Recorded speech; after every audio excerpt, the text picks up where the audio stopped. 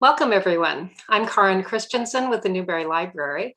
Thank you for joining us for today's opening event for our new project, Viva la Libertad, Forming More Perfect Unions Across the Americas. If you're not familiar with the Newberry, since our founding in 1887, the library has supported and inspired research, teaching, and learning in the humanities. Today, we remain dedicated to deepening our collective understanding of ourselves and the world around us.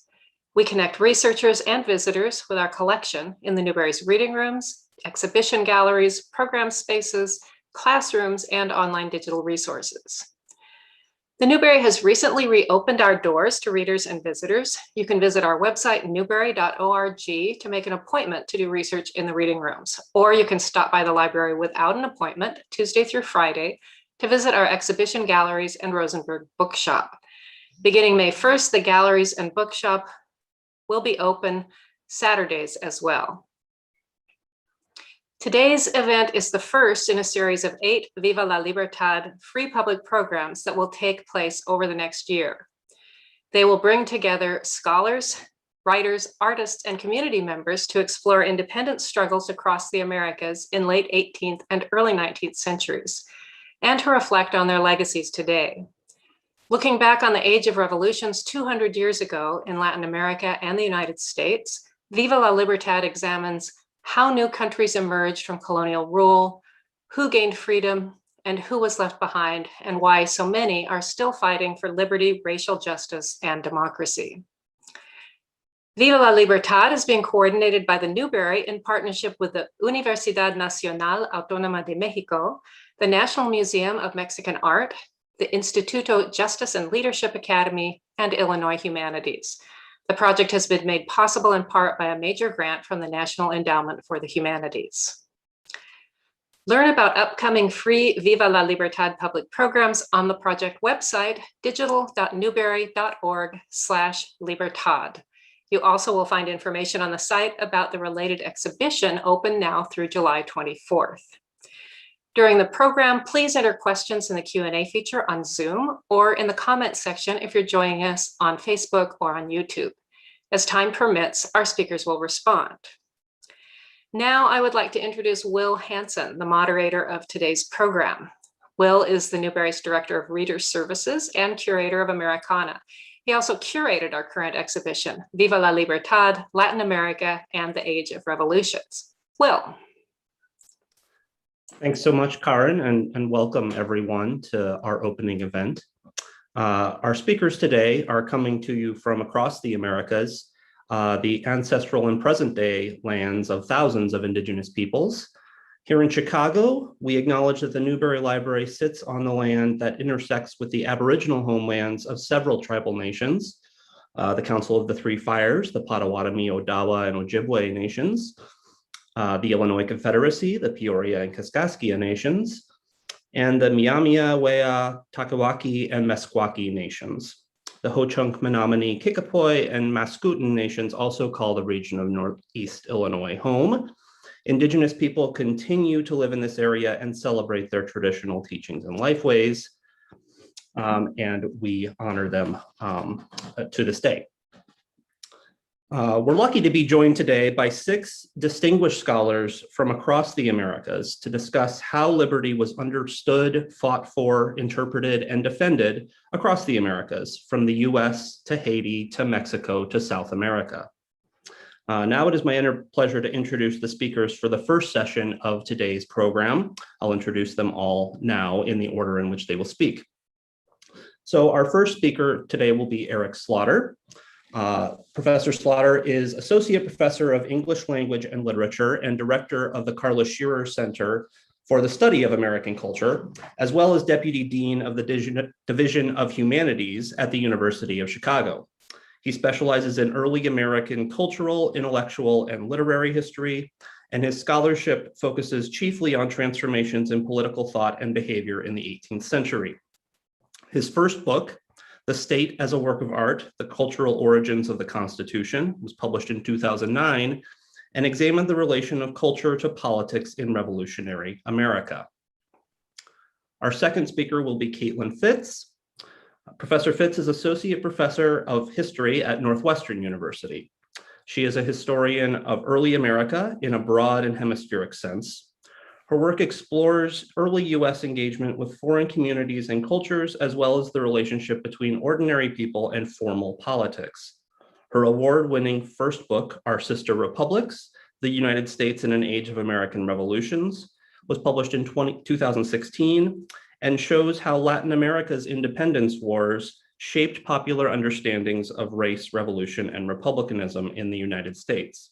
Fitz has also written about the hemispheric dimensions of the War of 1812, US citizens in insurgent Brazil, Iroquois communities during the US Revolution, and anti-slavery activists in Tennessee. Our third speaker will be Alfredo Ávila Rueda. Professor Ávila is the researcher and professor of history at the National University of Mexico, or Universidad Nacional Autónoma de Mexico, also known as UNAM, where he earned his BA and PhD. Among other distinctions, he has won the Mouse Prize, the Francisco Javier Clavijero Award, the Alfonso Caso Medal, the prize of the Mexican Committee of Historical Sciences, the National University Distinction for Young Scholars, the Richard Greenleaf Fellowship, and the Eulalio Ferrer Grant. He has taught at a variety of institutions in Mexico, Spain, the US, Argentina, and Brazil. A specialist in the history of political culture and thought in early 19th century Mexico, he has published 9 books and several journal articles and contributions for collective books. He is the president of the Mexican Committee of Historical Sciences. So now it's my pleasure to turn things over to Eric Slauter to begin. Thank you so much, Will. The exhibition that you put together is truly remarkable, and I'm grateful to be able to join you and my fellow distinguished panelists for this opening program. My hope is that many who are watching today will have a chance to visit the galleries in Chicago. As Will said, I study colonial British America and the early United States with a particular focus on the origins, evolution, and changing meaning of the founding documents. And my focus today is on the Declaration of Independence and anti-slavery movements in the age of the American Revolution. In the United States of America's revolutionary history, perhaps no document is more iconic than the Declaration, the short but sweeping statement issued by Congress on July 4th, 1776, severing bonds with Britain and launching the British American colonies on their path to independence.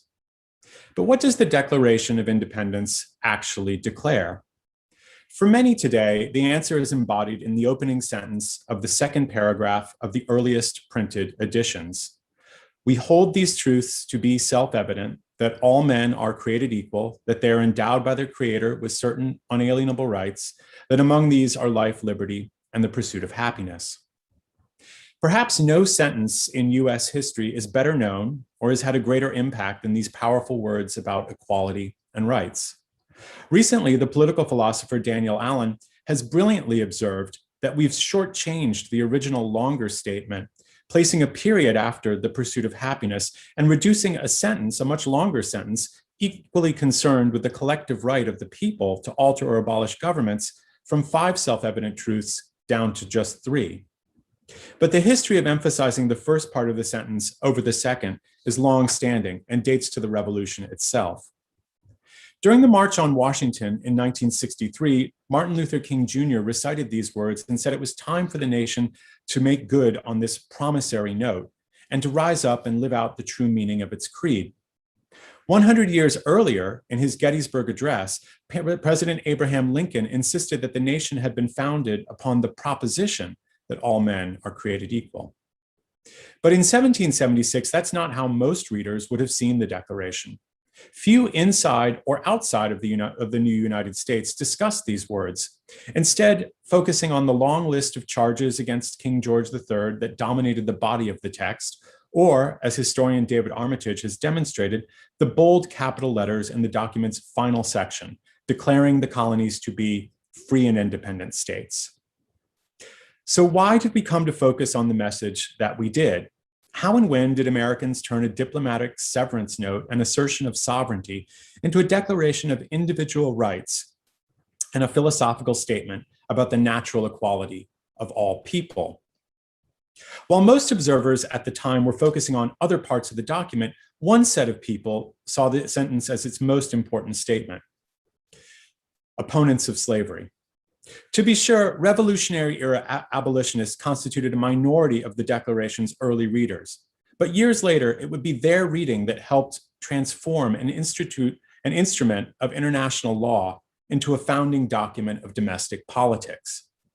In watching how these early Americans read their Declaration and what they paid attention to, we get a powerful lesson in how a seemingly clear founding document can shift meaning over the years and even hold different or multiple meanings in its own time. We also see how a state paper designed to dissolve the political bands between Britain and the colonies slowly and somewhat surprisingly came to be recognized as a founding document of American equality and as a distinctly American contribution to political systems around the world. The Declaration's rhetoric of freedom, equality, and rights entered a world in which chattel slavery was a social reality for a fifth of the population. Could I have the first slide, please? Thank you. Indeed, the first newspaper announcement printed in Philadelphia on July 2nd, 1776, that Congress had voted that the colonies be free and independent states, sat uncomfortably next to a runaway notice offering a reward for the return of an enslaved Black individual named Ishmael. To some at the time, the revolutionary talk of liberty and equality seemed almost hypocritical. How is it that we hear the loudest yelps for liberty among the drivers of Negroes, unquote, asked the English dictionary maker Samuel Johnson in his reply to some of the earliest declarations of rights emerging from the Continental Congress. May I have the next slide, please? Still others, like the European artist who imagined this fanciful depiction of the pulling down of the royal statue of George III in New York, which is in the exhibit, may have believed or even feared that claims of liberty and equality trumped those of property, and that whites and Blacks were now working together for the downfall of both political monarchy and chattel slavery. Next slide, please.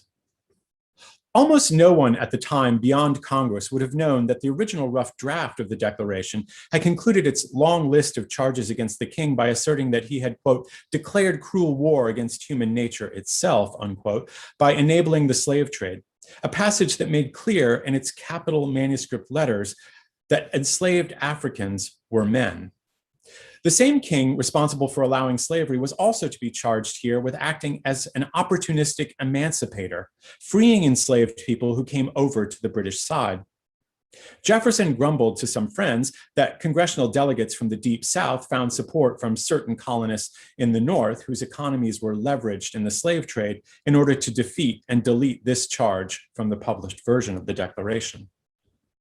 Next slide, please. But even without that passage, to members of the small anti-slavery movement at the time, the language of the Declaration must have arrived as a blessing, a national document signed by some of America's leading citizens that included a claim that all men are created equal. Almost immediately, it seems, anti-slavery activists such as Lemuel Haynes of Massachusetts incorporated those words into their arguments against slavery. Haynes had a Black father and a white mother and called himself a mulatto. He had experienced life as an indentured servant and as a soldier, but never as a slave. And he embraced the key sentence as an epigraph for a manuscript he had been working on with the title of Liberty Further Extended, or Free Thoughts on the Illegality of Slave Keeping. There, on the bottom of his manuscript title page, he cited the words of Congress. We hold these truths to be self-evident, that all men are created equal, that they are endowed by their Creator with certain unalienable rights, that among these are life, liberty, and the pursuit of happiness. Haynes's essay was not published in his lifetime, but he was part of a bigger social and political movement, and other similar uses of the phrase did see print. Next slide, please. In 1783, David Cooper of New Jersey published an address directed to the rulers of America in the Continental Congress on the inconsistency of slavery in a land of liberty, using the second paragraph of the Declaration to hold them to account. Could Congress, he asked, have truly meant only the rights of white men and not of all men. Next slide, please. Formal abolitionist societies in Pennsylvania in 1788, in Maryland in 1791, and New Jersey in 1793 all worked the sentence into the constitutions of their organizations and placed them as here. Oh, I think this is the next slide. Perhaps go back one. Oh, never mind. Abolitionist sympathizers in Congress invoked the sentence on the floor of the new House of Representatives in 1790, even though the Constitution itself denied Congress the power to prohibit the migration and importation of slaves before 1808. By 1792, when almanac maker Benjamin Banneker, an African-American, quoted the true and invaluable doctrine that all men are created equal back to Secretary of State Thomas Jefferson in an exchange of letters reprinted in papers across the new nation, abolitionists had been working for a decade and a half to make Americans identify the Declaration of Independence with the cause of enslaved people. The Declaration itself began to take on its iconic status in the early 19th century as the nation emerged from a second war with Britain and as revolutions in Latin America led to the creation of new declarations of independence. Next slide, please. Okay, here's the New Jersey Abolition Society with the epigraph like Haynes of the Declaration. Final slide now, please. Early in the 1820s, Congress authorized the production of a facsimile of the engrossed parchment copy, and by the time of the Declaration's Jubilee in 1826, it was not just abolitionists who were invoking the self-evident truths of the second paragraph as a founding creed of the nation. As the Declaration began to assume greater prominence, these powerful words spread beyond the abolitionist movement, inspiring groups of men and women to draft declarations of their own. Working men called for greater protections of the inalienable rights of workers in the 1820s. More famously, advocates for women's rights in Seneca Falls in 1848 declared that all men and women are created equal. In the almost 250 years since it was signed, the claims of equality and rights in the Declaration of Independence have come to be seen as a major contribution to world politics, imported sometimes wholesale into the declarations of other nation states. The French Declaration of the Rights of Man and Citizen of 1789, drafted while Jefferson was in Paris, was one of the first to follow in the Declaration's wake, and you can see a wonderful calligraphed copy in the exhibit. It opens with the claim that all men are born free and remain equal in rights. But at the time, very few in the newly United States, besides a small contingent of Black and white anti-slavery activists, would have seen the Declaration as a document of radical egalitarianism or even as a founding document. That we do so now is a testament in part to their efforts and to generations of readers since who have pressed the United States to live up to those words. It is truly their declaration, rather than Jefferson's or Congress's, that so many read and celebrate today. Thank you.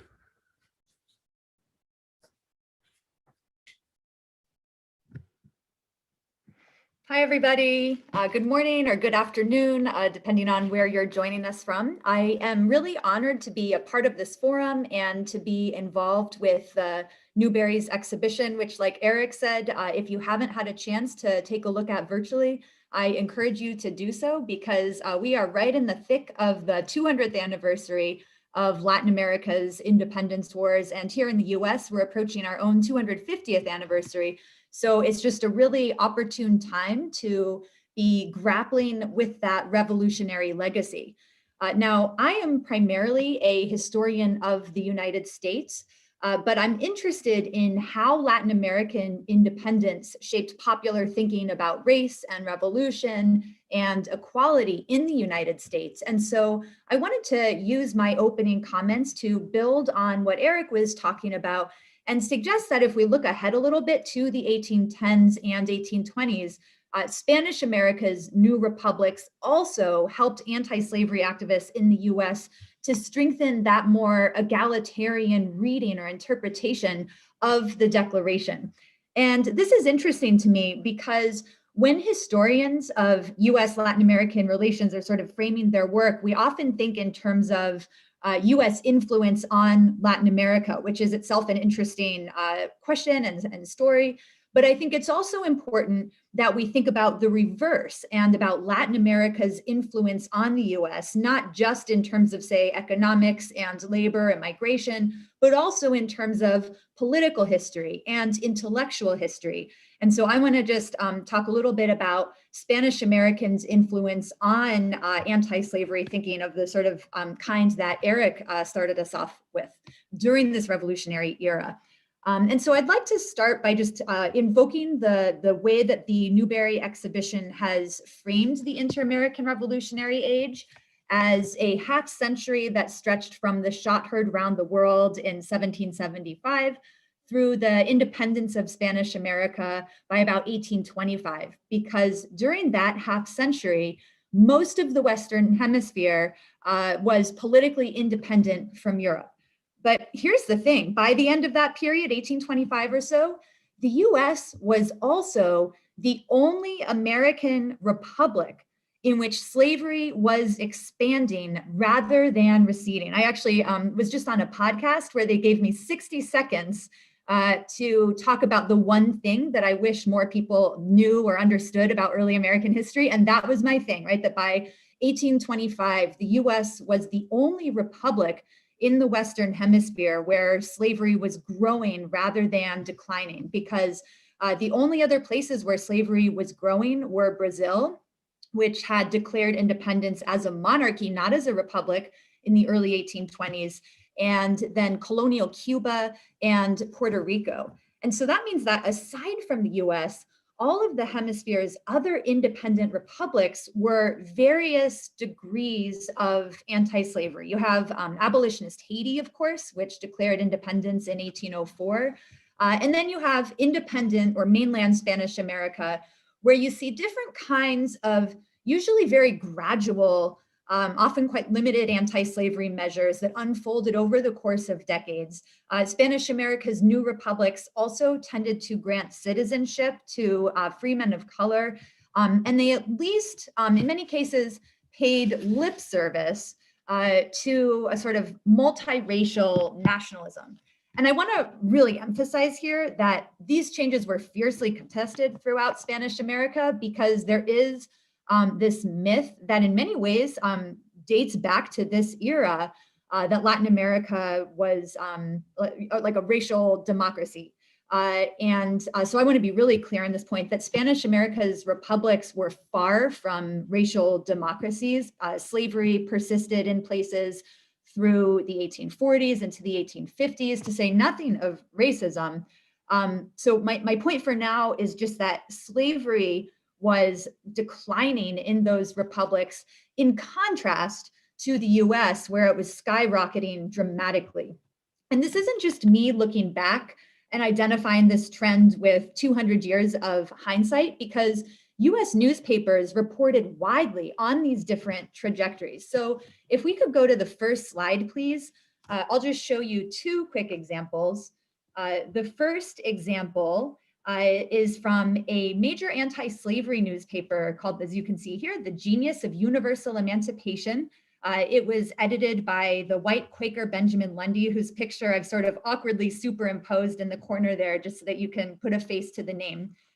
Lundy reported on Latin America in well over half of his issues in the decade of the 1820s. And so he's just repeatedly reporting on Spanish American anti-slavery, and just as repeatedly, he's urging the United States to catch up and follow Spanish Americans' example. And he really resembles those anti-slavery activists that Eric mentioned earlier, because one of his key goals is to elevate that egalitarian language from the Declaration of Independence. So just to give one of many examples, on July 4th of 1822, Lundy asks his readers if the US will ever make good on that egalitarian language in the Declaration by ending slavery.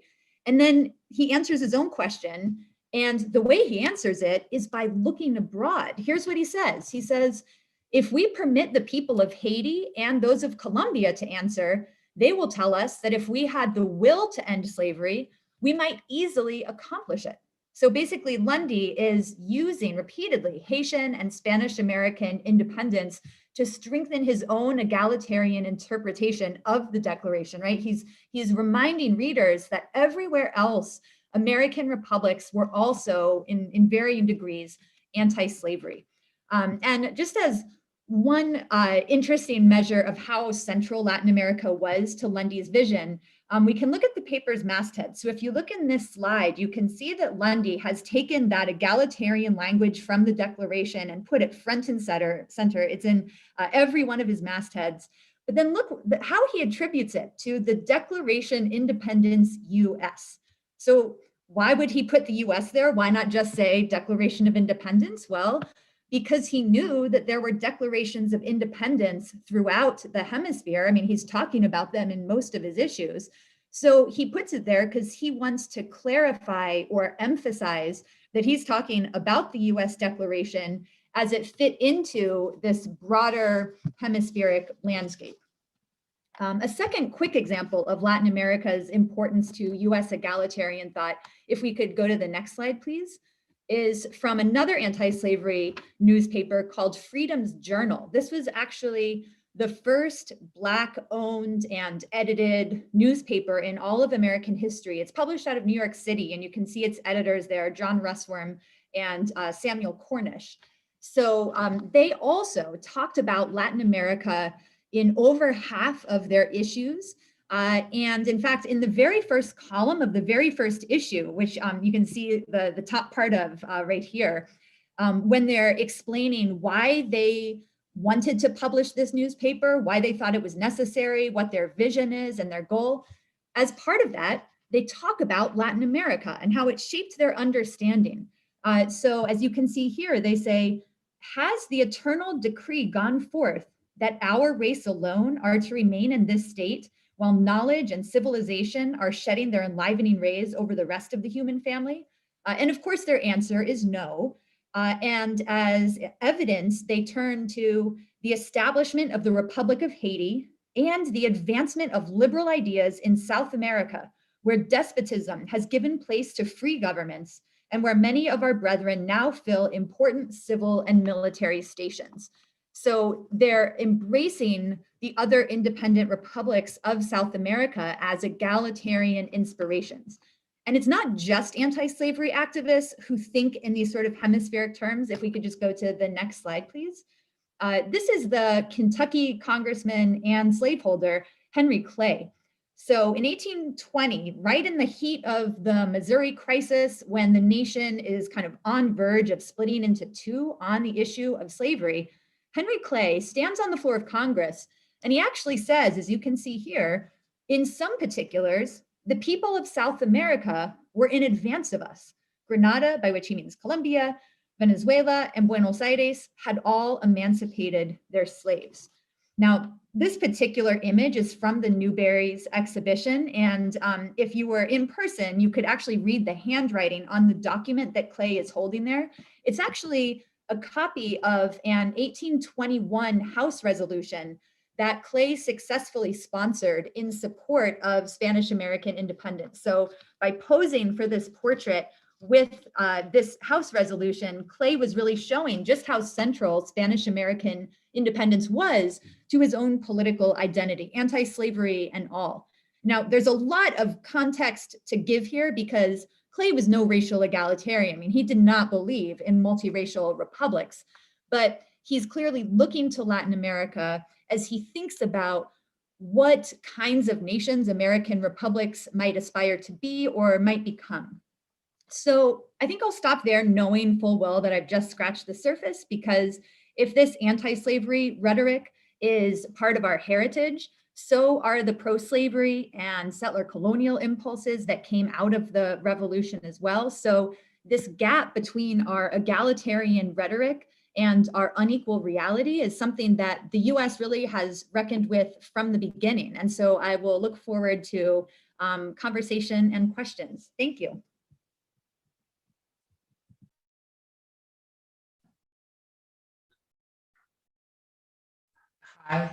Hi, hello. Thanks, Elizabeth, Will, and the people of the Newberry Library. It's a pleasure to be here with Eric, Caitlin, as part of this amazing exhibition, talking with you about Latin American revolutions. We are in 2021 and we are celebrating the bicentennial of our independence. In 1821, in Lima, Caracas, Guatemala City, and Mexico City, among other places, freedom was proclaimed. For long years, historians explained the process of independence of their own countries from their own view. Mexicans only studied Mexico without paying attention to what was happening in Colombia or Central America, as if the events in Peru or Chile were unique, unrelated to Spain, the United States, Cuba, or Haiti. Since the 1990s, this has changed. Historians increased the point of view. The great Argentinian historian Tulio Alperindongui said that with the national independences also happened the dissolution of the Spanish monarchy. The great Spanish monarchy was an enormous empire, ruling over more than 25 million people in Europe, Africa, Asia, and the Americas. The first slide, please. For the 3 centuries, silver from Peru, Alto Peru, now Bolivia, and Mexico fueled the economies of China and other Pacific countries, enriched European financiers and Spanish merchants, and empowered Spain. But at the beginning of the 19th century, the world was changing. The Industrial Revolution changed the global economy. Revolutions in the United States, France, and Haiti spawned new ideas of freedom. Still, they also spurred slavery in many places, from the Chesapeake Bay to Buenos Aires. Spain was not prepared for these challenges. The Spanish monarchy, the great Spanish monarchy, was in crisis. It relied on France, but in 1808, Napoleon decided to take the government of the Iberian Peninsula in his hands and appropriate the enormous wealth of their colonies. The second slide, please. Well, my presentation is, you can see the parts of my presentation in this slide. I must say that the people of Spain fought for their own independence in 1808. In 1808, 2 years later, Spanish patriots met a Congress in Cadiz, the only city that was not under the control of French troops. They invited the people of Spanish America to send delegates. It's a great news for Spanish Americans, but you know, maybe the Spaniards politicals didn't do it to give them rights. Spain needed support to continue the war, and the silver came mainly from Peru and Mexico. So you need invite the Mexicans and the Peruvians. In 1812, the deputies proclaimed a liberal constitution. They abolished the Inquisition and established freedom of the press. For the first time in many countries, they provide a separation of powers in 3 branches: legislative, executive, and judicial. The Constitution mandated that there be elections everywhere. Spaniards and indigenous people will be considered citizens. The citizenship under the Constitution of Spain included indigenous people. It's a very important model. All males in those groups could vote. And as you could imagine, women had no political rights. Municipal elections were organized in each town with more than 1,000 inhabitants. For the first time, the ordinary people of Lima and Mexico City voted to elect their authorities. Incredibly, the elections were very participatory and contested. For the first time, newspapers addressed political issues. In places where the authorities forbade their rights, people demanded them. In Spain, the liberals fought for Napoleon for independence. and made a constitution. They did not really realize that their ideas of freedom spread over the people of Spanish America. Beginning in 1810, from Rio de la Plata to New Spain, people gathered to fight for liberty. It was not clear whether the effort was to liberate the Spanish monarchy from Napoleonic rule or liberate American provinces from Spanish rule. The war spread everywhere. In Mexico, some parish priests led the rebels in defense of religion and in defense of the patria, the fatherland. The Spanish authorities organized militias in the villages to combat the insurgentes, the rebels. It became a civil war. The wars of independence in Latin America were civil wars. In the decisive Battle of Puente de Calderón, by example, in 1811, Miguel Hidalgo, the father of el padre de la patria, the Mexican padre de la patria, led an army of indigenous people, mestizo rancheros, peasant workers, and Creole militias. But on the other side, the royalist commander, Felix Maria Calleja, led an army of Creole militias, mestizo ranchers, and peasants, the same thing. In Buenos Aires, the Creoles decided to disobey the Spanish government. They demanded that the other provinces of the Rio de la Plata obey the government junta of the city. But some provinces refused to. There was a war in which some fought for Spain, but all fought for self-determination. The same happened elsewhere. The Cartagena people did not want to depend on Spain, but neither did they like to submit to Santa Fe de Bogotá. In Venezuela was established a federal constitution, inspired in the USA, but Maracaibo did not want to exchange Spanish rule for Caracas rule. The Spanish government took advantage of these fractures. From Peru, Viceroy Abascal sent militias, Creole militias, to fight the Creole militias of the Rio de la Plata.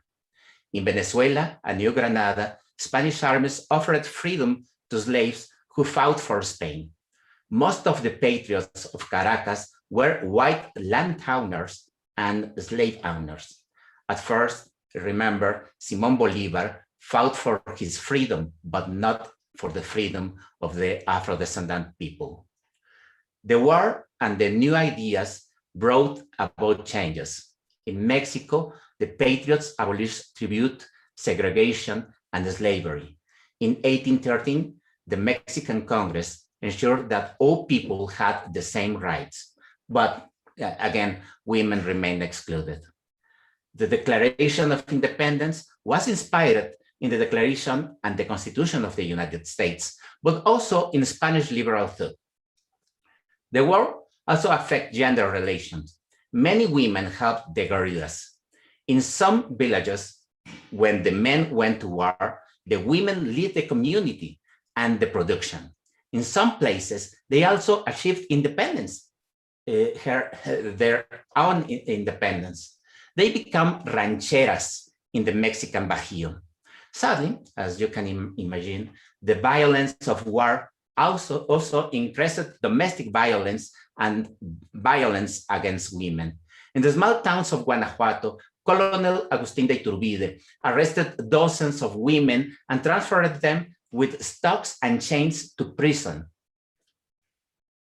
without charges. What was their crime? Being mothers, daughters, or girlfriends of guerrilla men. The war gave the military a lot of power. Between 1814 and 1819, the king restored absolutism. Spain sent reconquest expedition that established militarized governments in much of the American continent. The viceroys lost control, while the commanders became the actual rulers. In 1820, the Spanish troops, who had to go to Venezuela to fight Bolívar, decided to fight against the king. Again, a liberal government was formed in Spain. In Caracas, Lima, and Mexico City, the Spanish military did not want to establish a constitution, but they had no alternative. Some of them wanted to attract the patriots to end the war. The next slide, please. They claim, the Royalist army claimed, that there was already a freedom in Spain, so that the patriots had no reasons to fight. By example, this is three phrases, three quotes of a letter of a Royalist chief, Gabriel de Armijo, that say, the Spanish Constitution, the Sacred Code, declares that we are all equal without distinction of European and American Spaniards. But the Mexican leader, the Mexican rebel leader, Vicente Guerrero, answered, how should I accept if I am excluded from the right of citizenship in my own country? Vicente Guerrero was an Afro-descendant, and the Constitution gave rights to Spaniards and indigenous people, but not to people of African ascendant. It's interesting because months later, Vicente Guerrero joined Iturbide, the same Agustín de Iturbide, who furthered the Spanish liberal order to achieve independence. In 1823, as in other parts of Spanish America, Mexico became a republic. In 1829, that man, Vicente Guerrero, became president. He faced the last attempt at the Spanish reconquest, organized with the support of Cuban slave owners. He fought for Mexican independence, but also for freedom of ordinary people. In September 15, in the commemoration of independence, Vicente Guerrero abolished the slavery in Mexico. And this was the culmination of the process that he protagonized since years later. So thank you so much. Muchas gracias.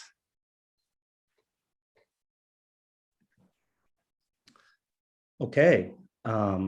Thank you to Alfredo and Caitlin and Eric for three really rich, wonderful introductions to this area. There's so many threads that tie these three talks together that we could discuss. If Caitlin and Eric and Alfredo want to turn your videos on, we can start having a discussion. If audience members want to put questions in the Q&A, if questions occur to you, please put them in there and we'll start discussing. I'm going to take the moderator's privilege and start with one of my own to get us started. I think we'll start maybe with a discussion about republicanism and Republican forms of government, which all three of your talks discussed from various angles. Particularly the sort of differences, the similarities, the surprises, the limitations of different forms of Republican government across the Americas, and particularly between the US and Spanish or Latin America.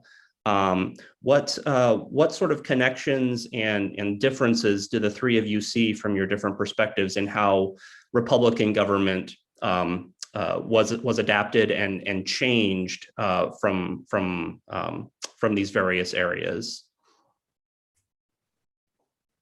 Whoever wants to start, really. Caitlin, you might. Maybe I'll jump in because Yeah, I was as surprised as I think the listeners of the podcast that Caitlin just gave were about the fact that the United States was the sole republic in 1820 in which the practice of slavery was expanding. And I think, you know, it shows my blind spots as somebody who studies the early United States less in a kind of global context than I probably should. But I think, you know, one thing I try to talk about with my students is a topic that came up in Alfredo's talk, which is the question of how the equality claims in these founding documents become constitutionalized. And you saw it in that 1820 letter that Alfredo showed us.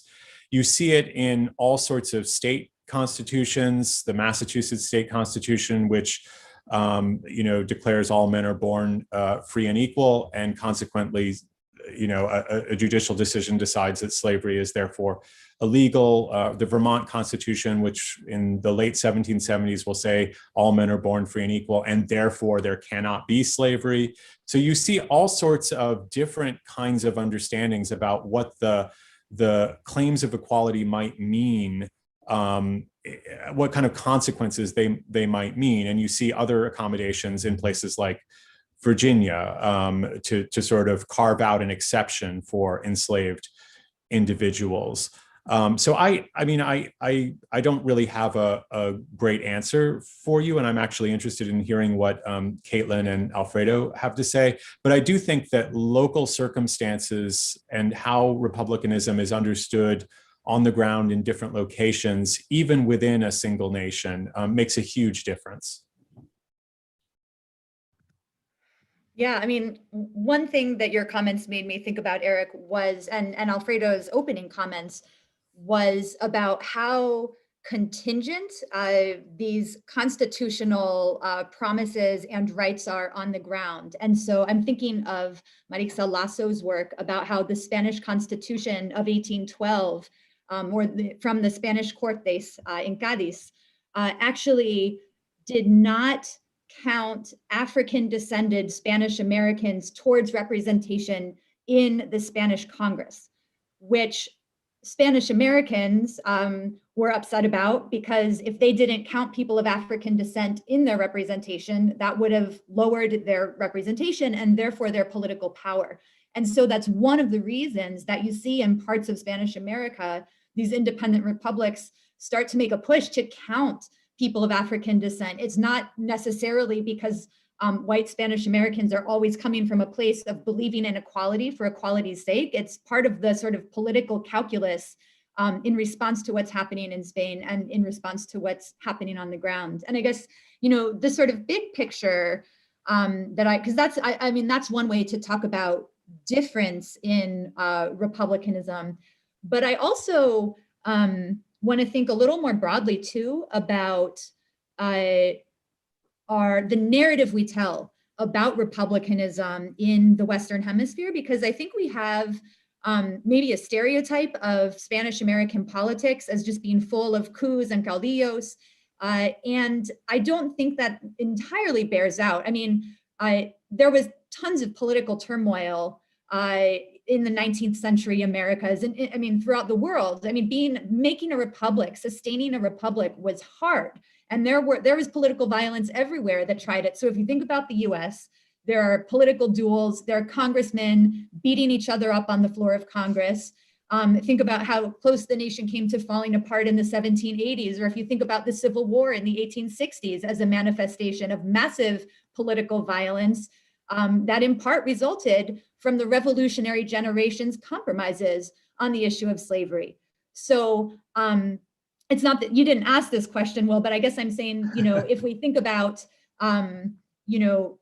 republicanism as something that created that kind of instability throughout the Western Hemisphere, not just in Spanish America, but also in the United States. The big picture is that, I would kind of not draw a contrast between US stability and Spanish American instability. I would just emphasize that republics were hard. And if you think about Europe also has republican revolutions in this period. The French Revolution, revolutions of 1830, 1848, and those republics do not sustain. So by that standard, Latin American republicanism was actually pretty resilient if we judge it by the standards of the 19th century and not by our own standards today.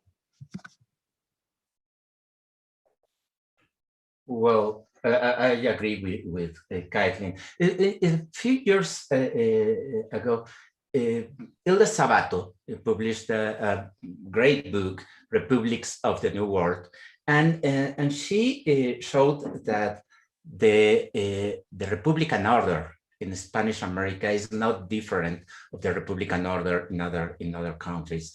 In Mexico, in Buenos Aires, in Argentina, Chile, Peru, there was established republics with the same problems of the other ones.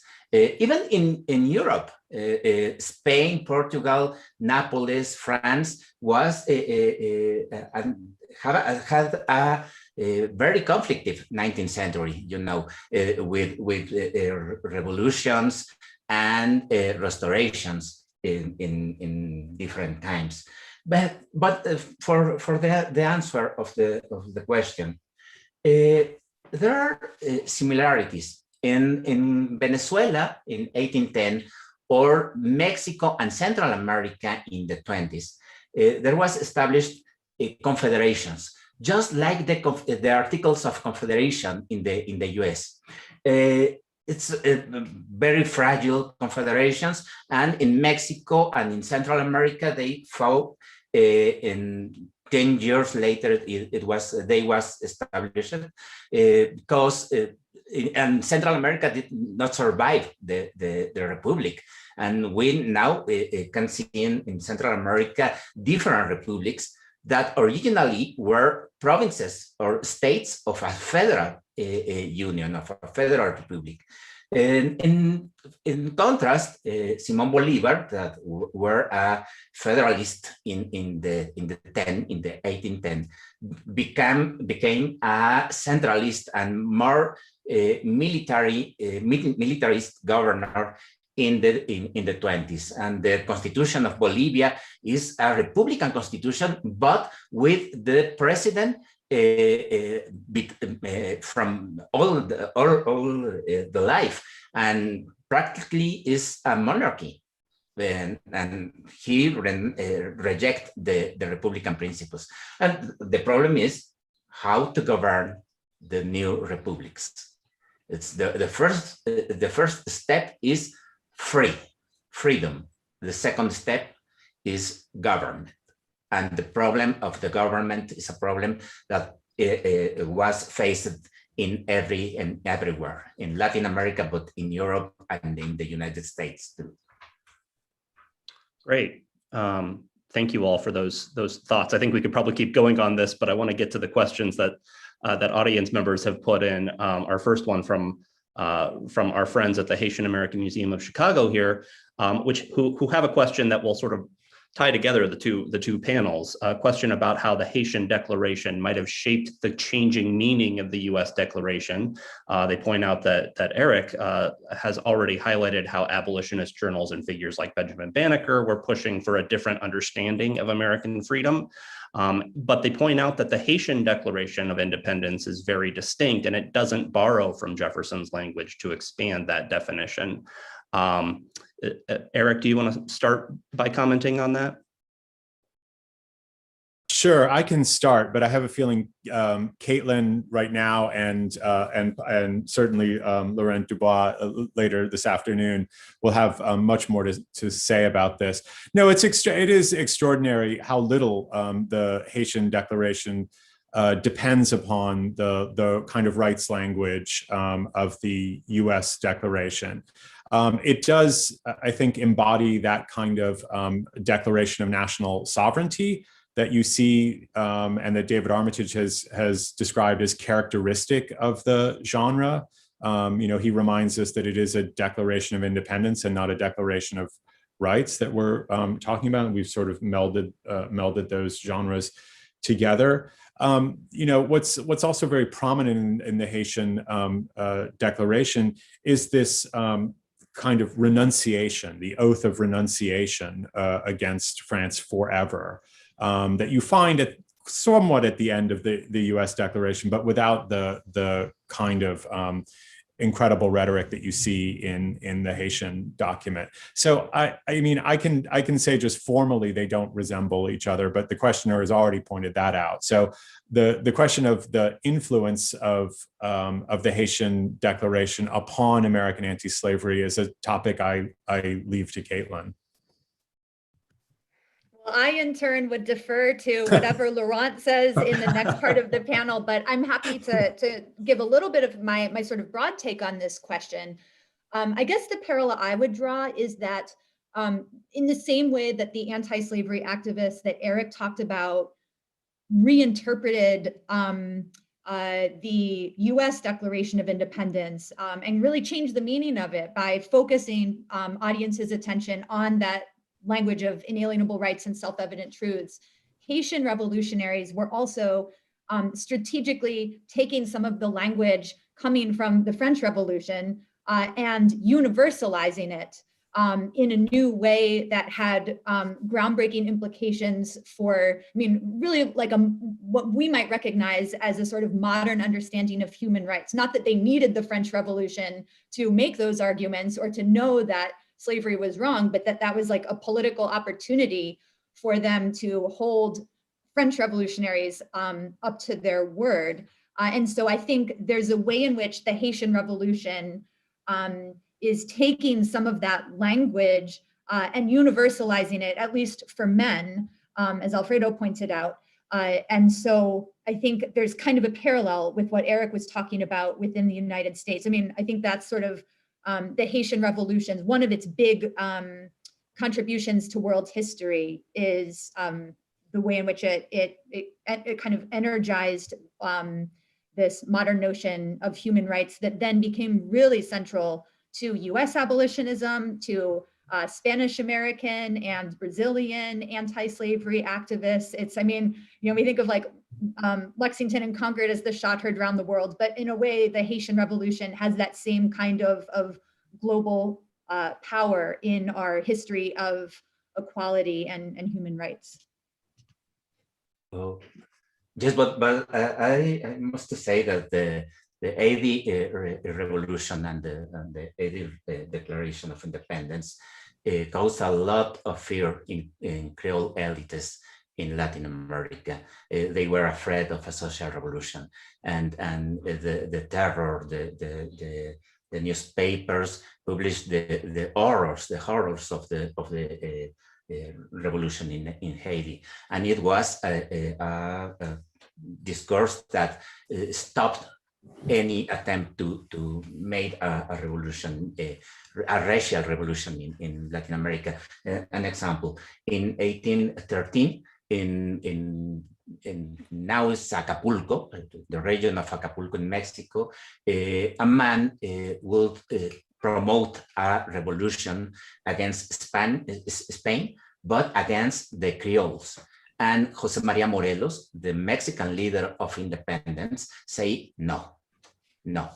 And he say, los negros no deben mandar. Black people no did not to command the war.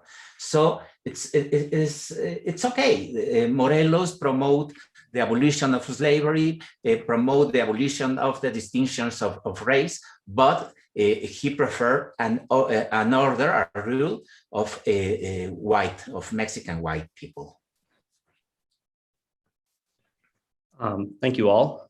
So we've got a couple other questions here. Let's go to Jeff's next. So Jeff asks, although the Spanish Constitution did not recognize people of African descent to be citizens, I believe in all liberated Latin American republics, they did after they achieved their independence. So he's asking, is this correct?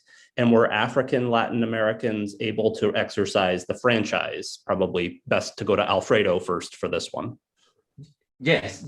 Well, exactly. The Constitution of Cadiz did not recognize any right to African descendant people. It's a political issue, you know. If in America lived 12 million of people in Latin America, and in Spain, 10 million. If you have a Congress with a representation of the American and the Spanish, so the Congress will be with majority of Spanish America. So one way to limit the representation of Spanish America were not count the African descendant people. And Venezuela, by example, has the right to 4 deputies in the Cortes, but with the exclusion of the African descendant, only 1 deputy could assist to the Cortes, to the parliament. So it's a political issue. But I forgot the principal item in the political thought of the liberalism in Spain and the revolutions in Latin America: religion, the Catholic religion. Latin American had constitutions that established that the only recognized religion was the Catholic, and the Catholic ethos is very important to define the citizenship. By example, a difference of other countries, in Latin America, you could be a citizen and with no problems if you have not money or have no property. But if you are a good man, good Catholic, a good vecino, you will be a citizen. So the Catholic ethos is very important in the definition of citizenship in Latin America. Also a great point. Also another dimension we had not gotten to yet. So thanks for bringing that up, Alfredo. Let's do one last question because we're at 1 o'clock and we want to have a little bit of space in between the two panels to get set up for panel 2. A question from Mimi about Anglophone and Hispanophone ideals of multiracial democracy and equality. We've touched on this a little bit, but any further comments on in what way they are culturally different and similar, those ideals? Whoever wants to start on this one. I'm happy to offer one thought about, I guess I'll start with Spanish America, right? A place like Gran Colombia, which is, much of what's now northern South America, Venezuela, Colombia, Ecuador, Panama. And I'm drawing here on Marixa Lasso's work, which I've already referenced once, because there's a way in which the formal kind of nationalist rhetoric coming from Gran Colombia, because of the sort of political activism of pardos, free people of color, that it's saying essentially that, that racism is un-Colombian, that racism is a relic of the Spanish royalist past and those old colonial hierarchies, and we're moving beyond it. But there's a way in which once that becomes the formal rhetoric, it becomes hard for people of color to push against, because white Colombians still retained a disproportionate amount of political power. And so then when people of color in Colombia complained about continued racial prejudice, white Colombians could look at them and say, nope, there's no racism here. Would you please stop fomenting race war? And so there's a way in which that kind of rhetoric actually stifled kind of open organization and progress. Whereas in the United States, there is no kind of nationalist rhetoric coming from the federal government about multiracial equality, which in a weird way kind of creates a space, especially given the sort of public and print culture in US cities, where anti-slavery activists do have room to organize and push against this sort of the increasingly open non-egalitarian rhetoric coming out of the United States. So it's, each system, for lack of a better word, had its own kind of opportunities and its own challenges for people who were pressing for racial equality in this period. Maybe I'll go next and just make two very quick points that build on the remarks that Alfredo and Caitlin have just made. The first concerns just the non-progressive narrative, I think, that we need to adopt in thinking about, how any of these places becomes a multiracial democracy. By 1820, when Alfredo is describing the constitution that he's been speaking about, free Blacks in New York State and New York City had been recognized as voters and had been already subject to new restrictions and burdens on their ability to vote. Effectively, the first voter ID law was passed in the middle of the 1810s, in particular to restrict Black voters who tended to vote for the Federalist Party rather than the Democratic Republican Party, and the Democratic Republican Party was in power. So there was, so in sort of telling the story of how one gets to a multiracial democracy, we have to understand the various twists and turns. The second thing, going back to the question of the importance of Haiti, one thing that you'll have noticed in the many quotations from the Declaration that I showed you, or that Caitlin showed you, the Declaration, the U.S. Declaration of Independence, as Benjamin Lundy would put it, is that it stops after the pursuit of happiness and doesn't go on to say that, you know, the people have the right to alter or abolish governments, in part because the specter of a slave-based revolution after Haiti really does haunt, before and after Haiti, really does haunt the use of that paragraph. I can only think of one African-American writer, David Walker, who at the end of the 1820s in Boston is quoting the entire paragraph to explain the consequences of what the Declaration of Independence means. But very few are willing to go there. But in any event, I'll stop. Okay, I think I have to cut us off there. Sorry, Alfredo. I'm happy to convey any other comments to the questioner, but we're at 1:06, so I want to make sure we have time to get set up for panel 2. But thank you all so much. I think this was a really wonderful conversation and presentation by all three of you. So thanks to Eric, Caitlin, and Alfredo for joining us. And thank you all for joining for session 1 of today's program. So we'll begin session 2 at 1:15 Central Time, so in 9 minutes. And I hope you all can join us then. Thanks very much.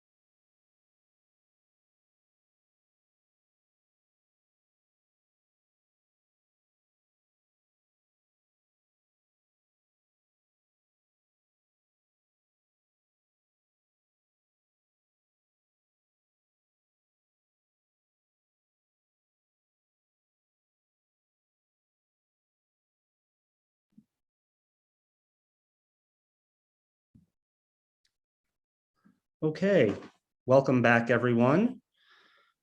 If you have just tuned in, I'm Will Hansen with the Newberry Library, and welcome to session 2 of our opening event for Viva la Libertad. Thanks for joining us. Let me introduce the speakers for this second section, Laurent Dubois, Keila Grinberg, and Cristina Soriano. So our first speaker for the second session will be Laurent Dubois. Professor Dubois is the newly appointed John L. Now III Bicentennial Professor in the History and Principles of Democracy and co-director for academic affairs of the Democracy Initiative at the University of Virginia. Dubois is a specialist on the history and culture of the Atlantic world who studies the Caribbean, particularly Haiti, North America, and France. He is the author of 7 books, including Avengers of the New World, The Story of the Haitian Revolution, and A Colony of Citizens, Revolution and Slave Emancipation in the French Caribbean, 1787 to 1804, both published in 2004. A Colony of Citizens won the Frederick Douglass Prize and 3 other book prizes. His 2012 book, Haiti, The Aftershocks of History, was a New York Times Notable Book of the Year. He has also written extensively about the politics of soccer and the cultural history of music, including his 2016 book, The Banjo, America's African Instrument. Before moving to the University of Virginia this year, Dubois spent a decade at Duke University. Our second speaker will be Cristina Soriano. Professor Soriano is Associate Professor of Latin American History at Villanova University in Pennsylvania. Soriano's research has focused on the analysis of dynamics of circulation of information, social networks, political mobilization, and the public sphere in the Spanish Caribbean during the Age of Revolutions. Her research has been supported by the Frank Guggenheim Foundation, the John Carter Brown Library, the Albert R. LePage Professorship in History, the Wissenschaft College of Berlin, the National Center of Humanities, and the Latin American and Iberian Institute of the University of New Mexico. Her first book, Tides of Revolution, Information, Insurgencies, and the Crisis of Colonial Rule in Venezuela, was published in 2018 with the University of New Mexico Press and received the 2019 Bolton Johnson Award for the Best English Language Book in Latin American History by the Conference of Latin American History, and the 2020 Fernando Coronil Prize for Best Book about Venezuela. She has published articles in a number of scholarly journals. She is currently co-editing the Cambridge Companion to Latin American Independence and working on a new project on the effects of imperial transitions on the island of Trinidad. Our third speaker will be Dr. Keila Grinberg. Professor Grinberg is a professor of the Department of History and director of the Center for Latin American Studies at the University of Pittsburgh. She joined Pittsburgh in January of 2021, after 20 years as the professor of history at the Universidade Federal do Estado do Rio de Janeiro, or UniRio. As a specialist on slavery and race in the Atlantic world, she has authored, co-authored, and edited several books, chapters, and articles, including A Black Jurist in a Slave Society, Antonio Pereira Rabusas, and the Trials of Brazilian Citizenship in 2019. She also co-directs the public digital history project Present Past's Memories of Slavery in Brazil. And with that, I will turn it over to Laurent to get us started.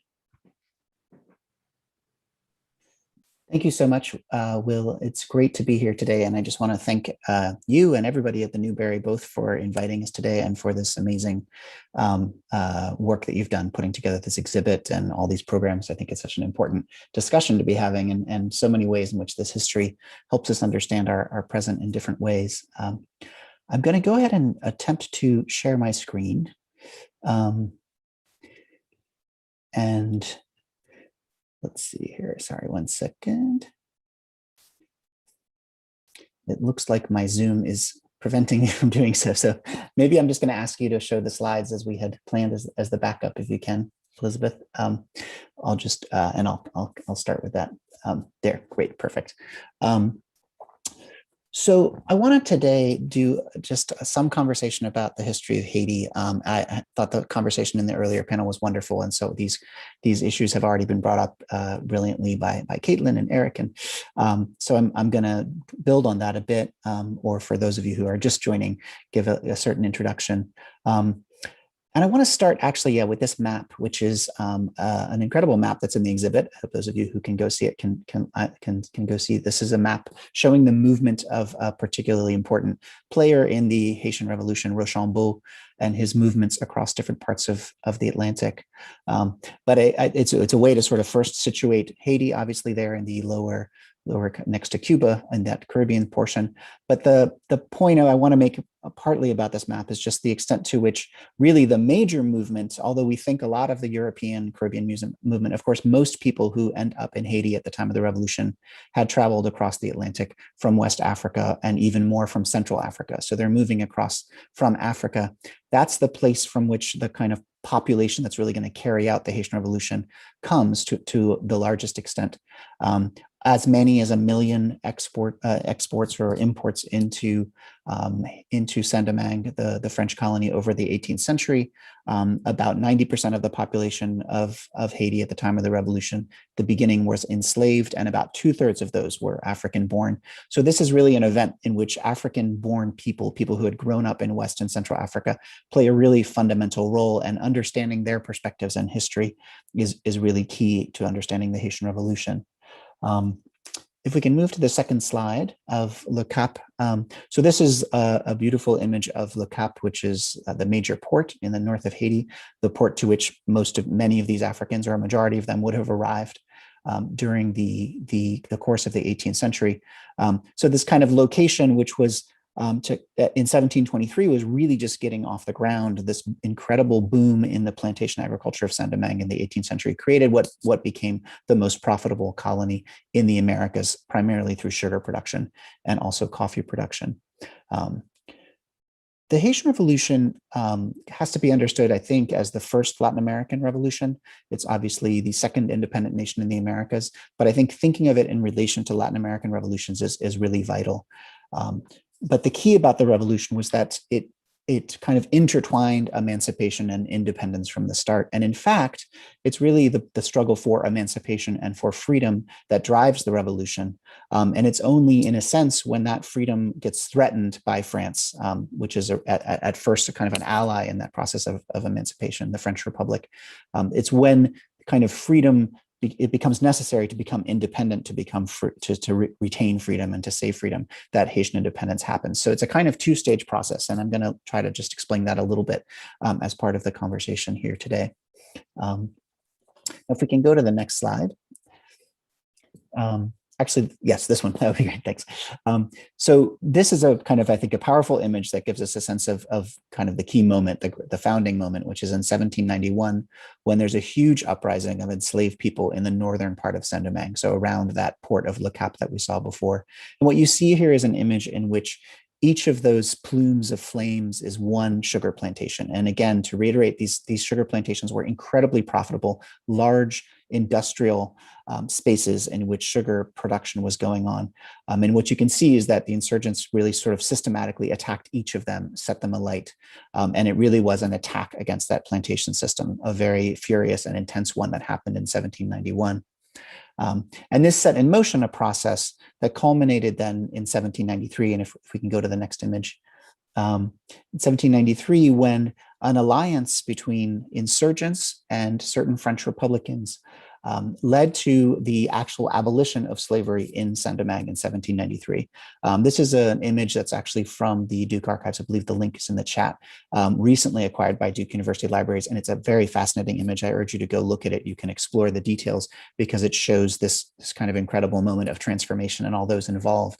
The key that I just want to leave you with here is that in some ways, you can think of the Haitian Revolution as the shortest and most successful abolitionist movement in history. Started in 1791, culminated in 1793 with the full and complete abolition of slavery in Saint-Domingue, something that was then ratified by the National Convention in France and actually extended to the French Empire. So it's a really remarkable story if you think about the context of the era and the comparisons with other places around it. And what happens with that change is that it sort of transforms, I think, the realm of possibility and the realm of the political imagination in the Atlantic world. Important to remember that before that, even many radical abolitionists proposed that slavery should be abolished extremely slowly over the course of many decades. The Haitian Revolution essentially puts on the stage this other possibility, which is, first of all, an abolition that's driven by the enslaved through violence, and also something that would essentially immediately abolish slavery and make the enslaved citizens, which also happened in the case of the Haitian Revolution. So it really kind of raises the bar or throws down the gauntlet, or however whatever metaphor you might want to use, and in a way that I think makes it a kind of constant referent afterwards, so that both for those who fear that outcome and those who wish for that outcome, it becomes a kind of new reference that shapes what comes afterwards. Now, what happens in the late 1790s is that this regime of emancipation is consolidated. Obviously, Toussaint Louverture, who is a well-known figure, the kind of his story is kind of intertwined with that. But then in the early 1800s, Napoleon Bonaparte decides, as he comes to power, to try to reverse that process of emancipation. So he comes into conflict with this new leadership in the Caribbean. And really his decision to try to go back against emancipation is a very fateful one, one that he later regrets on his deathbed, in fact, that kind of leads to a whole series of transformations, because once he decides to essentially send troops to Saint-Domingue to reestablish slavery, the choice becomes literally kind of, liberty or death choice on the part of the people in Saint-Domingue, who fight against France in order to preserve the freedom that originally was actually earned in an alliance with France. And the defeat of Napoleon's troops leads to the independence of Haiti. Also, importantly for the United States, directly leads to the Louisiana Purchase, or the sale of Louisiana from France to the United States, because Napoleon's acquisition of Louisiana was entirely tied to his desire to reestablish and kind of rebuild Haiti as a slave colony. So you kind of get a sense of the kind of imperial relationships here, but I just kind of want to emphasize again that the key, I think, on this of this story is the way in which emancipation is sort of the result. Emancipation is the driver, and independence is sort of the result of a particular configuration at that time. But also, and again, building a little bit on the discussion you were having earlier in the earlier panel, the framing of Haitian independence, the declaration itself, which is, as the panelists were saying, is so different from that of the United States. First of all, that declaration is written at the end of a very, very brutal war. So if you think of the American Declaration of Independence as, in a sense, beginning a war, right, or kind of the first volley in a war in a certain sense, the Haitian Declaration comes at the end of the war. And it's really infused with the violence of that conflict and with the brutality of that conflict in many ways. And so that declaration, I think, what maybe in some of its innovations are less in the language of rights than in some ways in the symbolism of the declaration. The declaration the declaration invents a new verb, which is in French the verb lugubrer, which essentially means to kind of haunt or shadow. That describes France as still shadowing the land of Haiti. And there's a powerful symbolism that has to do, I think, in ways that continue to resonate today with what to do with the kind of histories and traumas of slavery, with how to sort of, in a sense, overcome or move beyond those traumas, even as they haunt the landscape. And I would say that in many ways, I think it's in the realm of symbolism that declaration and other aspects of Haitian Revolution sort of infuse the rest of the Atlantic. You see obviously reference to the history constantly, but also the kind of symbolism and the powerful symbolism that comes out of that revolution, I think, in a sense, haunts or circulates within Latin American independence. So with that, I'll thank you for inviting me again, and hand it over to the next panelists. Thanks.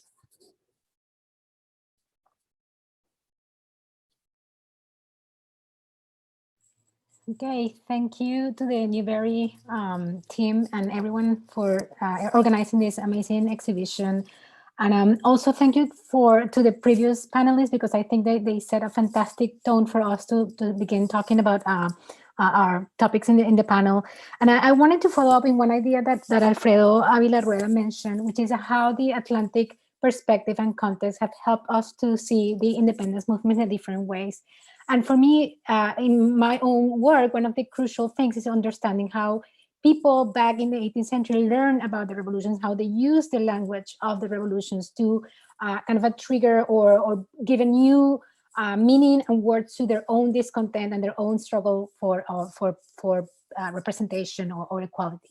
So I would like to begin with, by telling you these 3 short stories that I reconstructed during my archival research. And these are 3 stories that offer us like a revealing vision of the impact of the Atlantic revolutions, particularly in the Spanish Caribbean context and particularly in Venezuela. So can we see the first slide, please?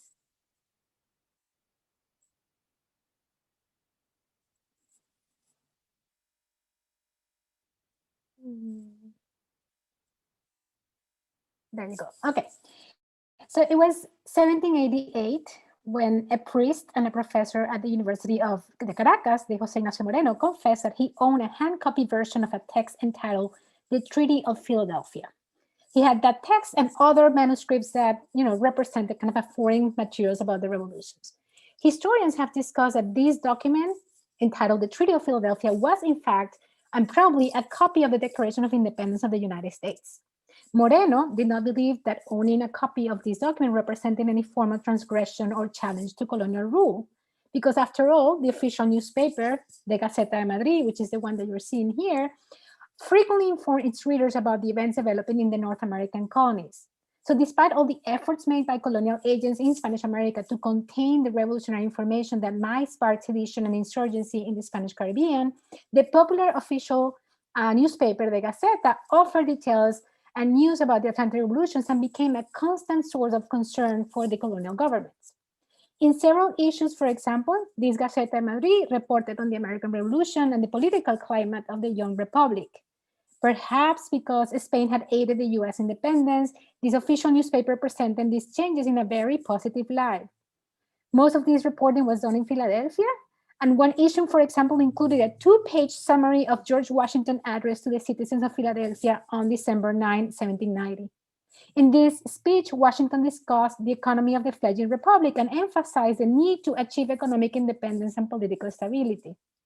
Another later issue, for example, published in La Gaceta, reported that, I quote, agriculture, commerce, industry are all making important progress in the United States. The great number of goods produced in these states that are offered to European markets is clear proof of this. The publisher of the Gaceta de Madrid might have thought that a positive depiction of the United States aligned well with the basic precepts of Bourbon reformism in Spain, which was a program that emphasized agricultural activities, liberal commercial policies, education of the population, and the development of new industries. But from the perspective of the Spanish American readers, these reports might have a different meaning. The economic progress of the United States could easily have been understood as a direct result of the American achievement of full independence from the British Empire. The political message contained in these Spanish periodicals then could be interpreted in strikingly different ways depending on the reader's geographic location or social political background. Spanish publishers and censors in Madrid seem unaware of this possibility despite regular warnings by colonial officials in Cuba or in Caracas that this influx of information could have unexpected outcomes in the American territories.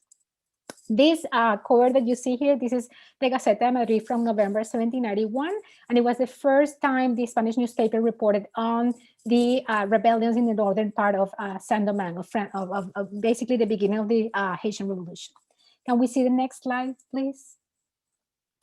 This is my second story. On the breezy evening of July 25th, 1797, this is 9 years later, a black slave boy was suddenly arrested by officials while crossing a bridge in the port city of La Guaira. And you can see this beautiful image of La Guaira in 1808. The officials demanded that this little boy, the slave of a white Creole from the island of Curacao, repeat the French songs he had been singing on the bridge. The boy, named Joseph, dutifully complied. According to the official report, all of Joseph's songs had the same chorus: long live the Republic, long live the liberty, long live equality. Little Joseph, who was likely around 8 years old, innocently commented that his master frequently sent him to houses of friends and family members in La Guaira to sing to them, basically to perform to them. He also added that 2 other slaves from Curacao, Marcos and Domingo, regularly also performed similar songs in the house and semi-public spaces in La Guaira. Astonished and enraged, the officials decided to transcribe word by word the lyrics of the songs that Joseph was singing. Although the officials could not manage to translate all of the lyrics, it was quite clear to them that the boy was singing French revolutionary anthems. The songs contain rather damning lines like the Republic of San Carlos is friendly to the liberty, long live the French Republic, French liberty and equality, let's go French citizen, form your troops and march with our cannon, come and die for your homeland France. The officials believe that little Joseph did not sin, and I quote, with evil intentions, but they consider these songs contain politically dangerous messages that might incite the local population to revolt against the Spanish monarchy. They therefore decided to hold the little boy in custody until they were able to locate his master. Though officials considered the little boy innocent, Joseph's story proved that songs where, I quote, dangerous revolutionary contents could reach anyone regardless of race, age, or education. Even more frightening for the colonial authorities was the ease with which listeners could reproduce and disseminate these messages. Orality was an incredibly effective medium of communication. In fact, in the Spanish Caribbean, controlling people and their voices proved much more difficult and exhausting for the authorities than controlling books and newspapers. Oral information was far more accessible for people, and it's evident that the Atlantic rumors and Atlantic Revolution jargoning and words were on the mouths of the people. Next slide, please. So this comes, let's see, 1804. So this is almost 7 years after the story of little Joseph. So it was April 24th, 1804, when the Captain General of Venezuela, Manuel Guevara Vasconcelos, sent a written communication to the King of Spain in which he lamented not having detailed information about, I quote, the unhappy disgraces that had recently taken place in Saint-Domingue. I quote again, an island that was under the monstrous domination of the blacks, end of quote. He added, however, that he had been able to acquire a paper, a papel, that a person in Caracas had brought to his attention. According to Guevara Vasconcelos, the manuscript offered evidence of the strong union, and I quote, that existed among different black generals in Saint-Domingue. And it also included, I quote again, discourses directed to attract and get positive opinions and enthusiasm among the crowds. This paper, he added, shows that they, meaning the black generals, will continue with their same artifices, acts, and concepts that evil Toussaint sought to promote in the past. But this time, I quote again, they might have more lasting success because they have perfected the operations designed to maintain, I quote, this miserable island independent and in a state of anarchy. Imploring the King of Spain to share with him his wise advice, Guevara Vasconcelos attached a copy of the mentioned document to his letter. Liberty or death were the two words with which the document began, to be followed by the date it was proclaimed, January 1st, 1804. The paper that Guevara Vasconcelos was holding in his hands was in fact a complete manuscript copy of the Declaration of Independence of Haiti translated into Spanish. Proclaimed by the Haitian leader, Jean-Jacques Dessalines, and signed by 37 military officers who swore to renounce to France, this Declaration of Independence of Haiti not only marked the end of 15 years of revolution, but signified the birth of the first Black nation in the Americas, one whose Black leader firmly declared equality among the races and the definitive abolition of slavery. Guevara Vasconcelos was not able, perhaps not willing, to recognize the tremendous relevance of this document, but he was aware of the danger of its circulation represented in the Spanish American territories. The document surely sparked mixed and contrasting feelings of either sympathy or horror in the international community. But for Guevara Vasconcelos, however, seemed unaware of the significance and implication of this document that he repeatedly characterized as a simple paper. For him, it seemed to be one more example of those seditious written texts originating in the turbulent Caribbean that had been circulated among the population of mixed race and Black people in Venezuela, especially inviting them to join a revolutionary cause.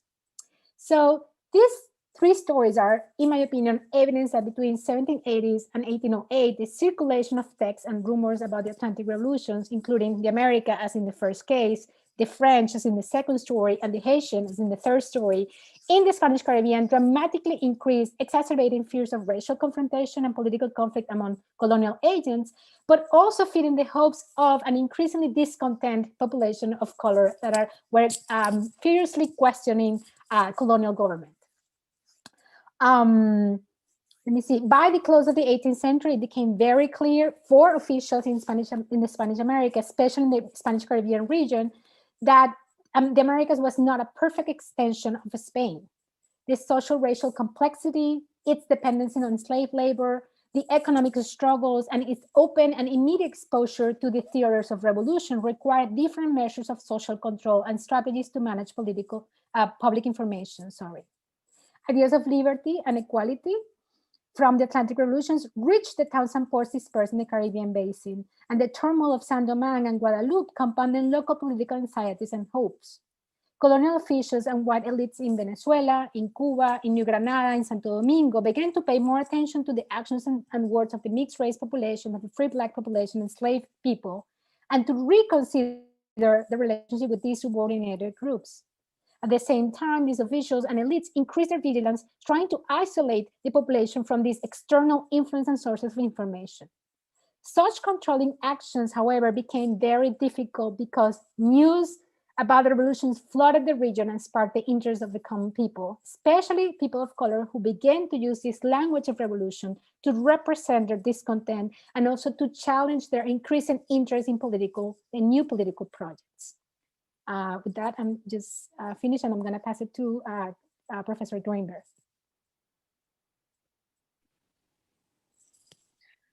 Thanks, Cristina. Hi, everyone. I also want to thank very much the Newberry Library for putting up together this really wonderful exhibit that I wish I were able to see in person. And also for those two panels that are being incredible, interesting, and also enlightening about what it was called in 19th century a revolution. And I'm saying that because I think that I'm a historian of Brazil, and I'm actually right now in Brazil, in Rio. And I guess that once we think about how Brazil fits into a discussion like that, the first question is, can we consider what happened in Brazil during independence or at Brazilian independence as a revolution? So basically what I'm going to do in my few minutes is try to engage with the idea of revolution and independence in Brazil at this time. And I'm saying that because, of course, there's a lot to discuss in the connections between Brazilian political movements and its connections to Spanish America, to the Caribbean, to the US. It's Brazil's bicentennial of independence next year. So here, this has been already a huge topic.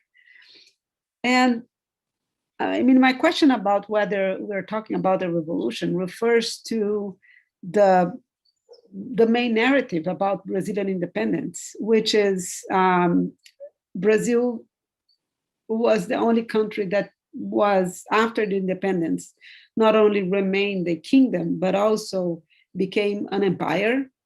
The republic wasn't proclaimed until 1889.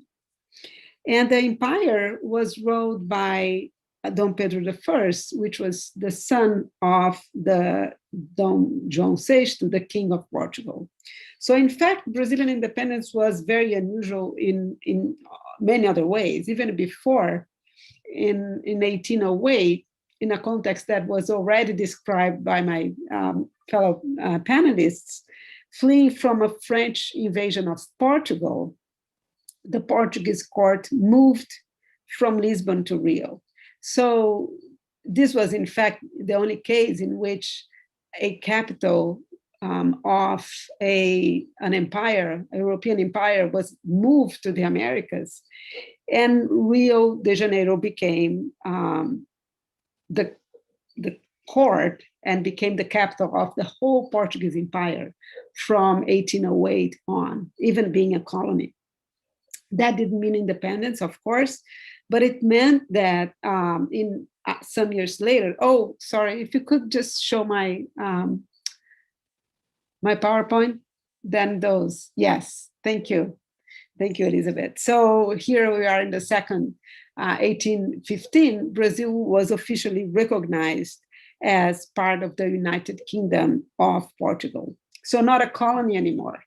In 1821, when a constitution revolt started in the Portuguese city of Porto, Dom João, the king, returned from Brazil, from Rio, to Portugal, leaving his son, Dom Pedro I, in Brazil. And in 1822, following the requests by local planters, all slaveholders, and by merchants, many of them slave traders, that wanted to prevent Brazil from becoming a colony again, or to be in that situation of dependence again, Dom Pedro I declared Brazilian independence. So that context is absolutely different from the ones we have just heard about. And this is pretty much the official narrative of Brazilian independence. That narrative that I just repeated to you is the official narrative that hides the struggles for citizenship and also the regional movements in Brazil in defense of republicanism that happened from the 1810s to the 1830s. So if we're gonna, so the easy answer, if that Brazil had a Brazilian independence was a revolution, no. But at the same time, it's a mistake, a big mistake, not to look at the revolutionary movements that happened at this time and what we can really consider revolutionary at this point. We're talking about the biggest slave society in the Americas, growing, as Caitlin said before, and also one that the ties between slaveholders, slave traders, and the state were pretty strong. But while that was happening, in 1823 and 1824, while the first constitution was being discussed, that was released in 1824, there was a huge debate about whether indigenous persons and enslaved individuals were considered Brazilians and whether they would become citizens of Brazil. And that discussion happened in the light of Haitian Revolution and its effects in Brazil, especially in the area that we call the Northeast, from up North Maranhão to Bahia, as those were the areas where the liberal movements and Republican ideas were stronger.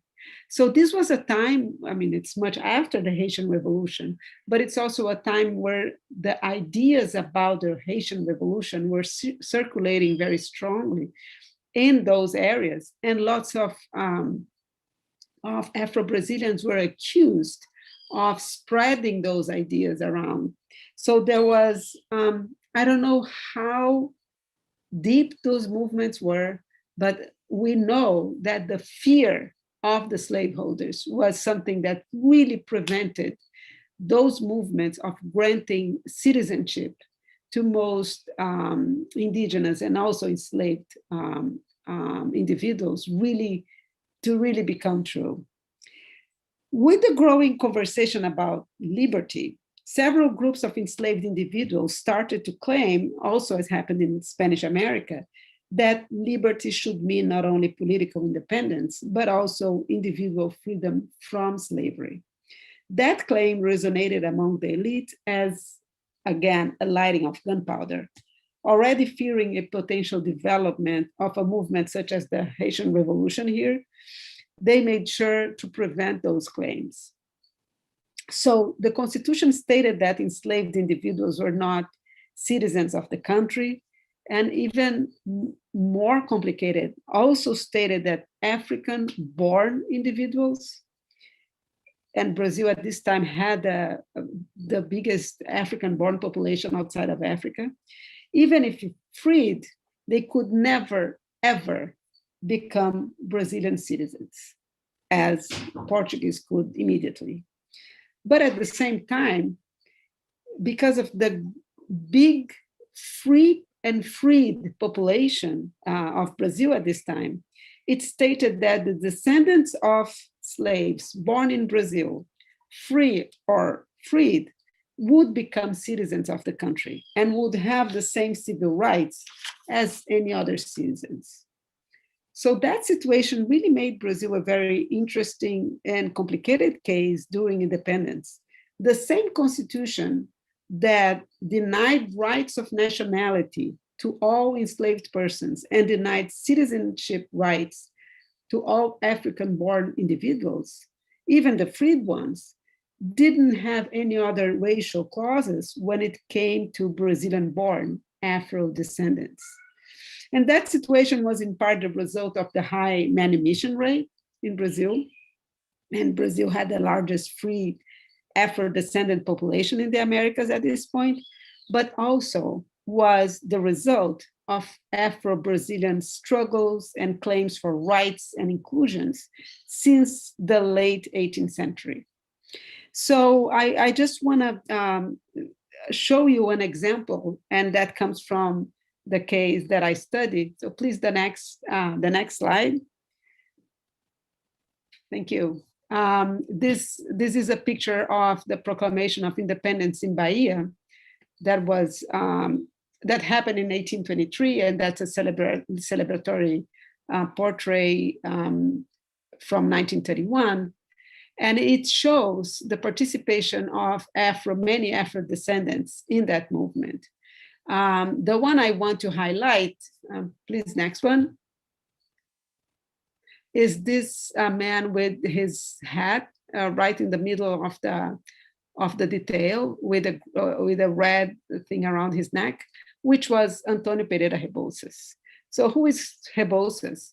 Rebouças is an Afro-Brazilian, born free, poor, self-taught guy that managed to be one of the most famous lawyers in 19th century Brazil. But before that, he was considered a hero of independence.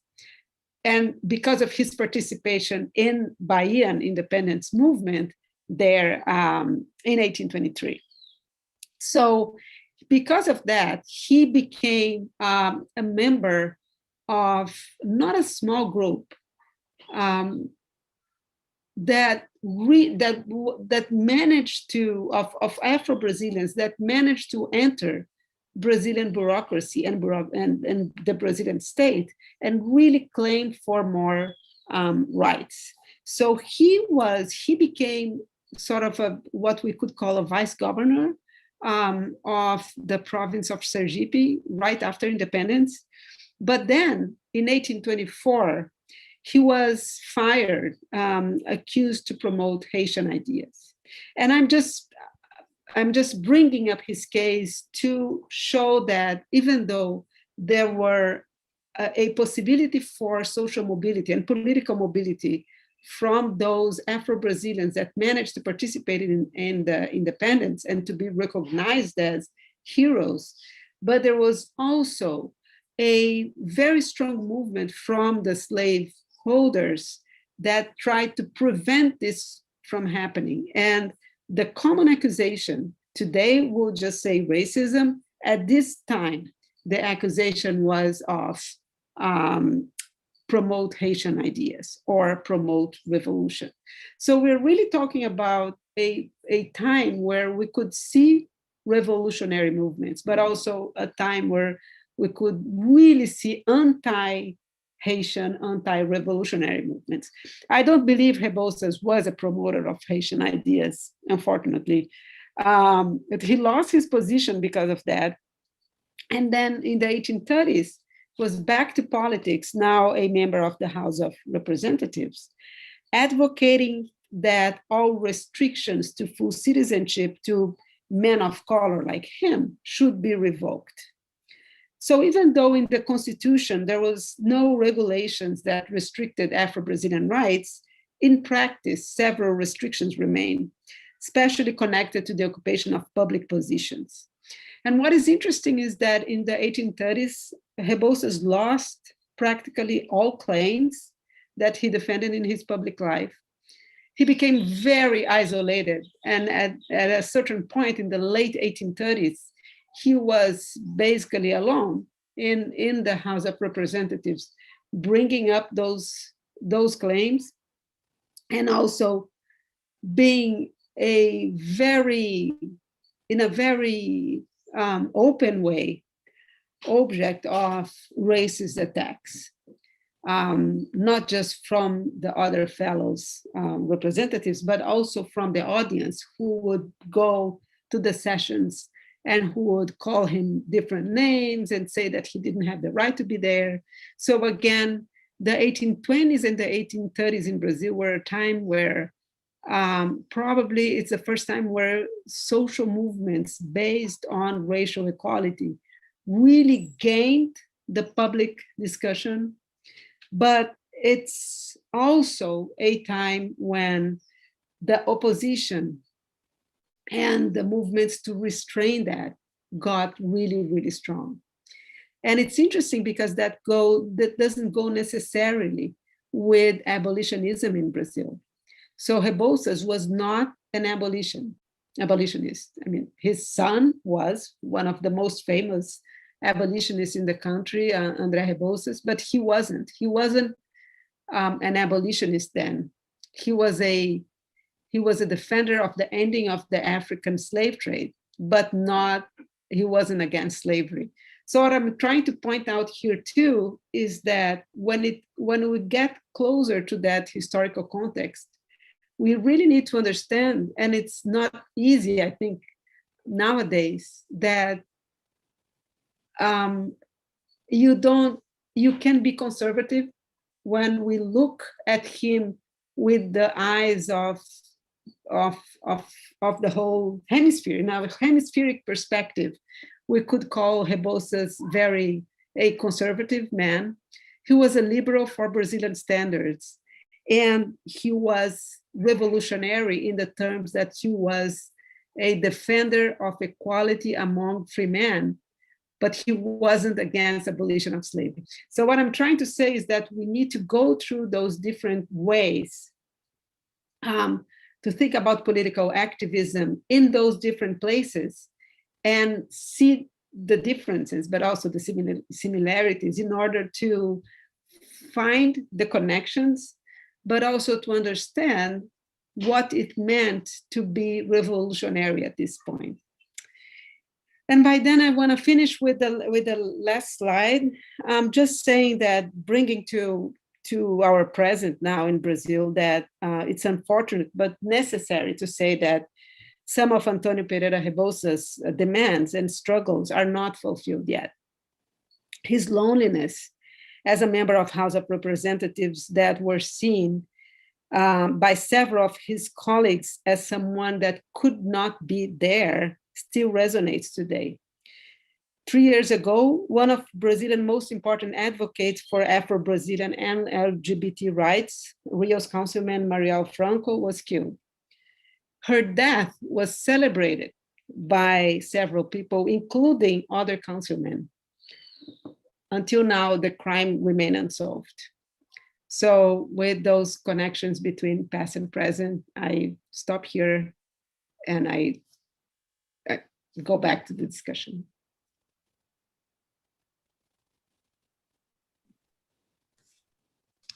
Okay, thank you, Keila, and thanks to Laurent and Cristina for your wonderful presentations. This was also, just like the first panel, there are wonderful connections and threads to pull upon for all three of these presentations. And I have a bunch of places to start while people in the audience start putting their questions in the chat, and feel free to do that if you're listening.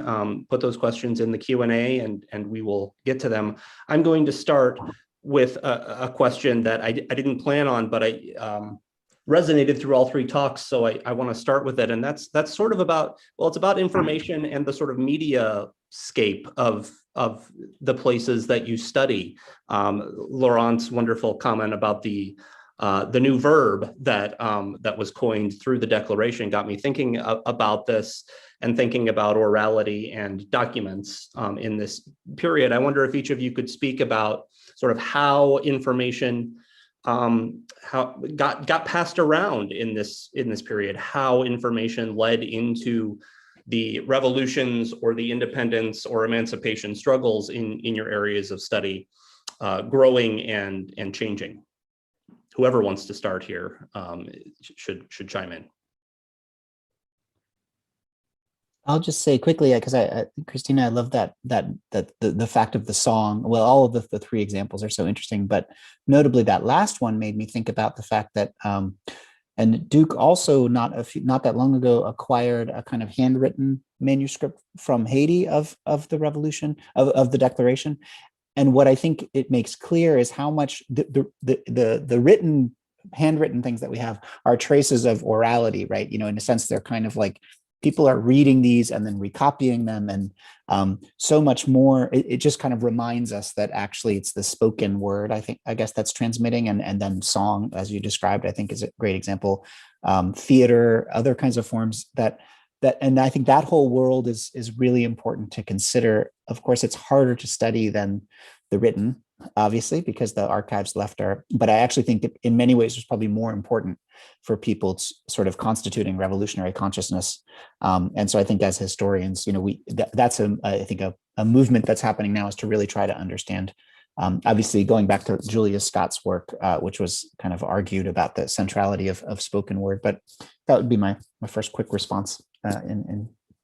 Thank you both for your presentations too. Yeah, I absolutely agree with you, Laurent. I think for historians, I think is key to understand that, you know, once you learn to read and write, that doesn't mean that you stop talking. It's like the opposite. You just basically integrate that new media to the way that you express yourself. And, you know, if we think about the historians 50 years from now, 100 years from now, they're going to start looking at Twitter and Facebook because that's another media that we're using to talk about politics. And so for me, it's crucial that we historians, although in a way we are victims of our sources because we are attached to the written character of our sources, we need to understand that those are just, you know, expressions of something else that was going on that is also quite, you know, is orally. So I have been trying to give more importance, first of all, to the manuscripts, because sometimes we, you know, the printing is there and people assume that everything that's printed is what is circulating.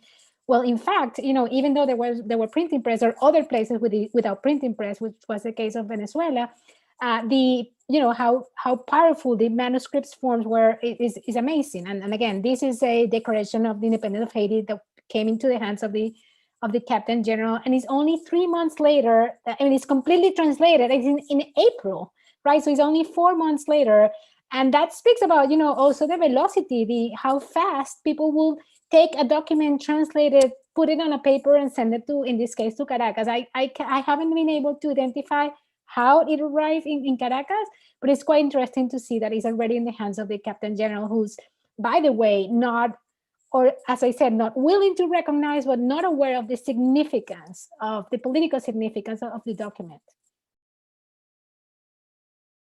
Yeah, I just want to add that, I mean, as Laurent and Cristina had already said, that we are always trying to find within the written document signs of orality. So it really depends on what kind of source you're looking at. And here, I think the main ones are the judicial sources, the several lawsuits where you can have, of course, not exactly the voice of anyone, but we can get close to what was said at some point and at some area. And then the power of manuscripts, especially sources that were not made to last. Because some sources are made to last, right?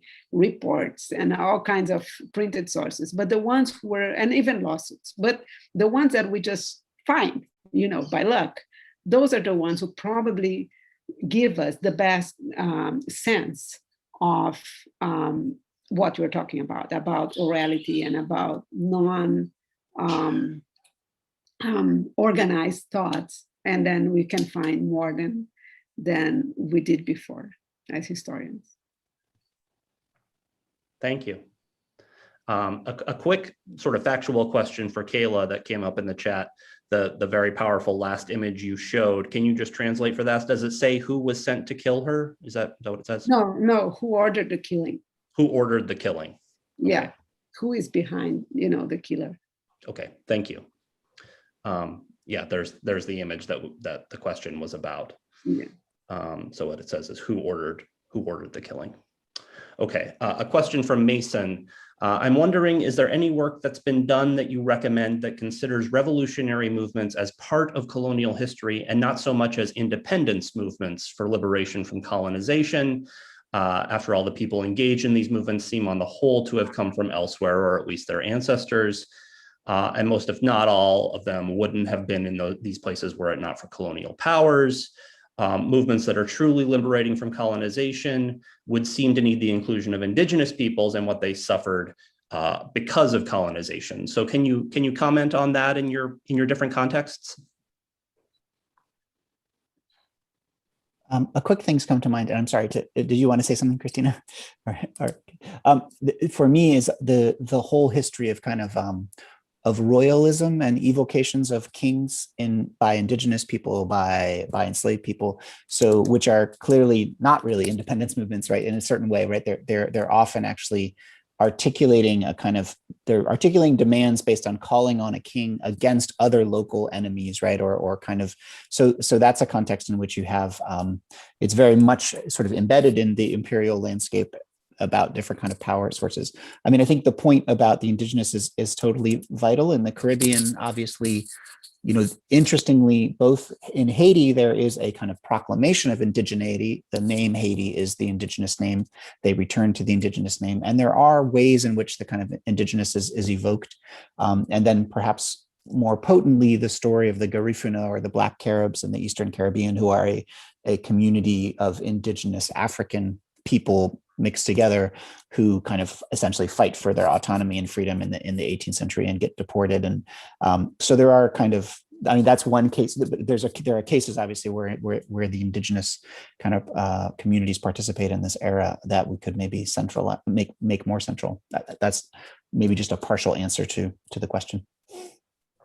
Yeah, I can also think about a couple of examples that I think are similar to what Laurent is describing, where we can think about the Tupac Amaru rebellion in the case of the Andean region, where is a rebellion that, you know, it was thought in like a revolutionary proportions, but it's not necessarily anti-monarchy or anti-Spain, but it's anti-local governments, the colonial government. So it's anti-colonial, not necessarily anti-monarchical, and that, you know, connects with the Comunero rebellions in the northern part of the Andean region.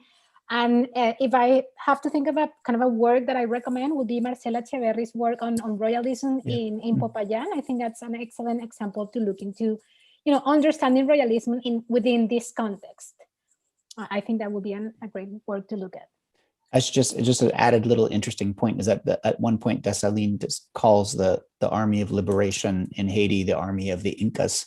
You know, they actually kind of ally themselves with, I think, with Tupac Amaru as like an example. So.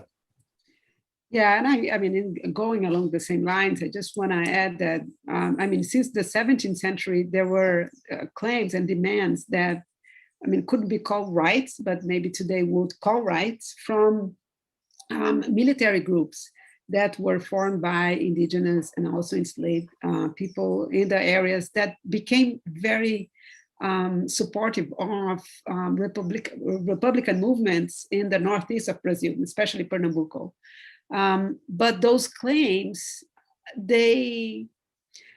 so if you look at the claims that we could describe as royalist claims in the 17th and 18th century, lots of letters wrote to the king and all those things, they lack the language of rights that came to the discussion in the 1820s.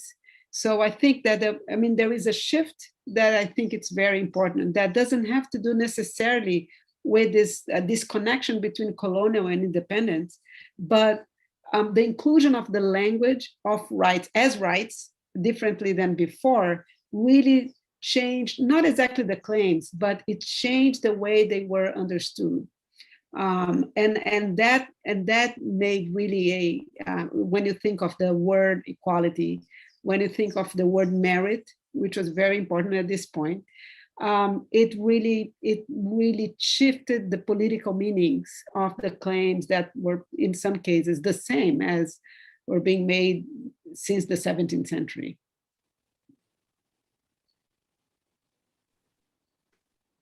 Wonderful.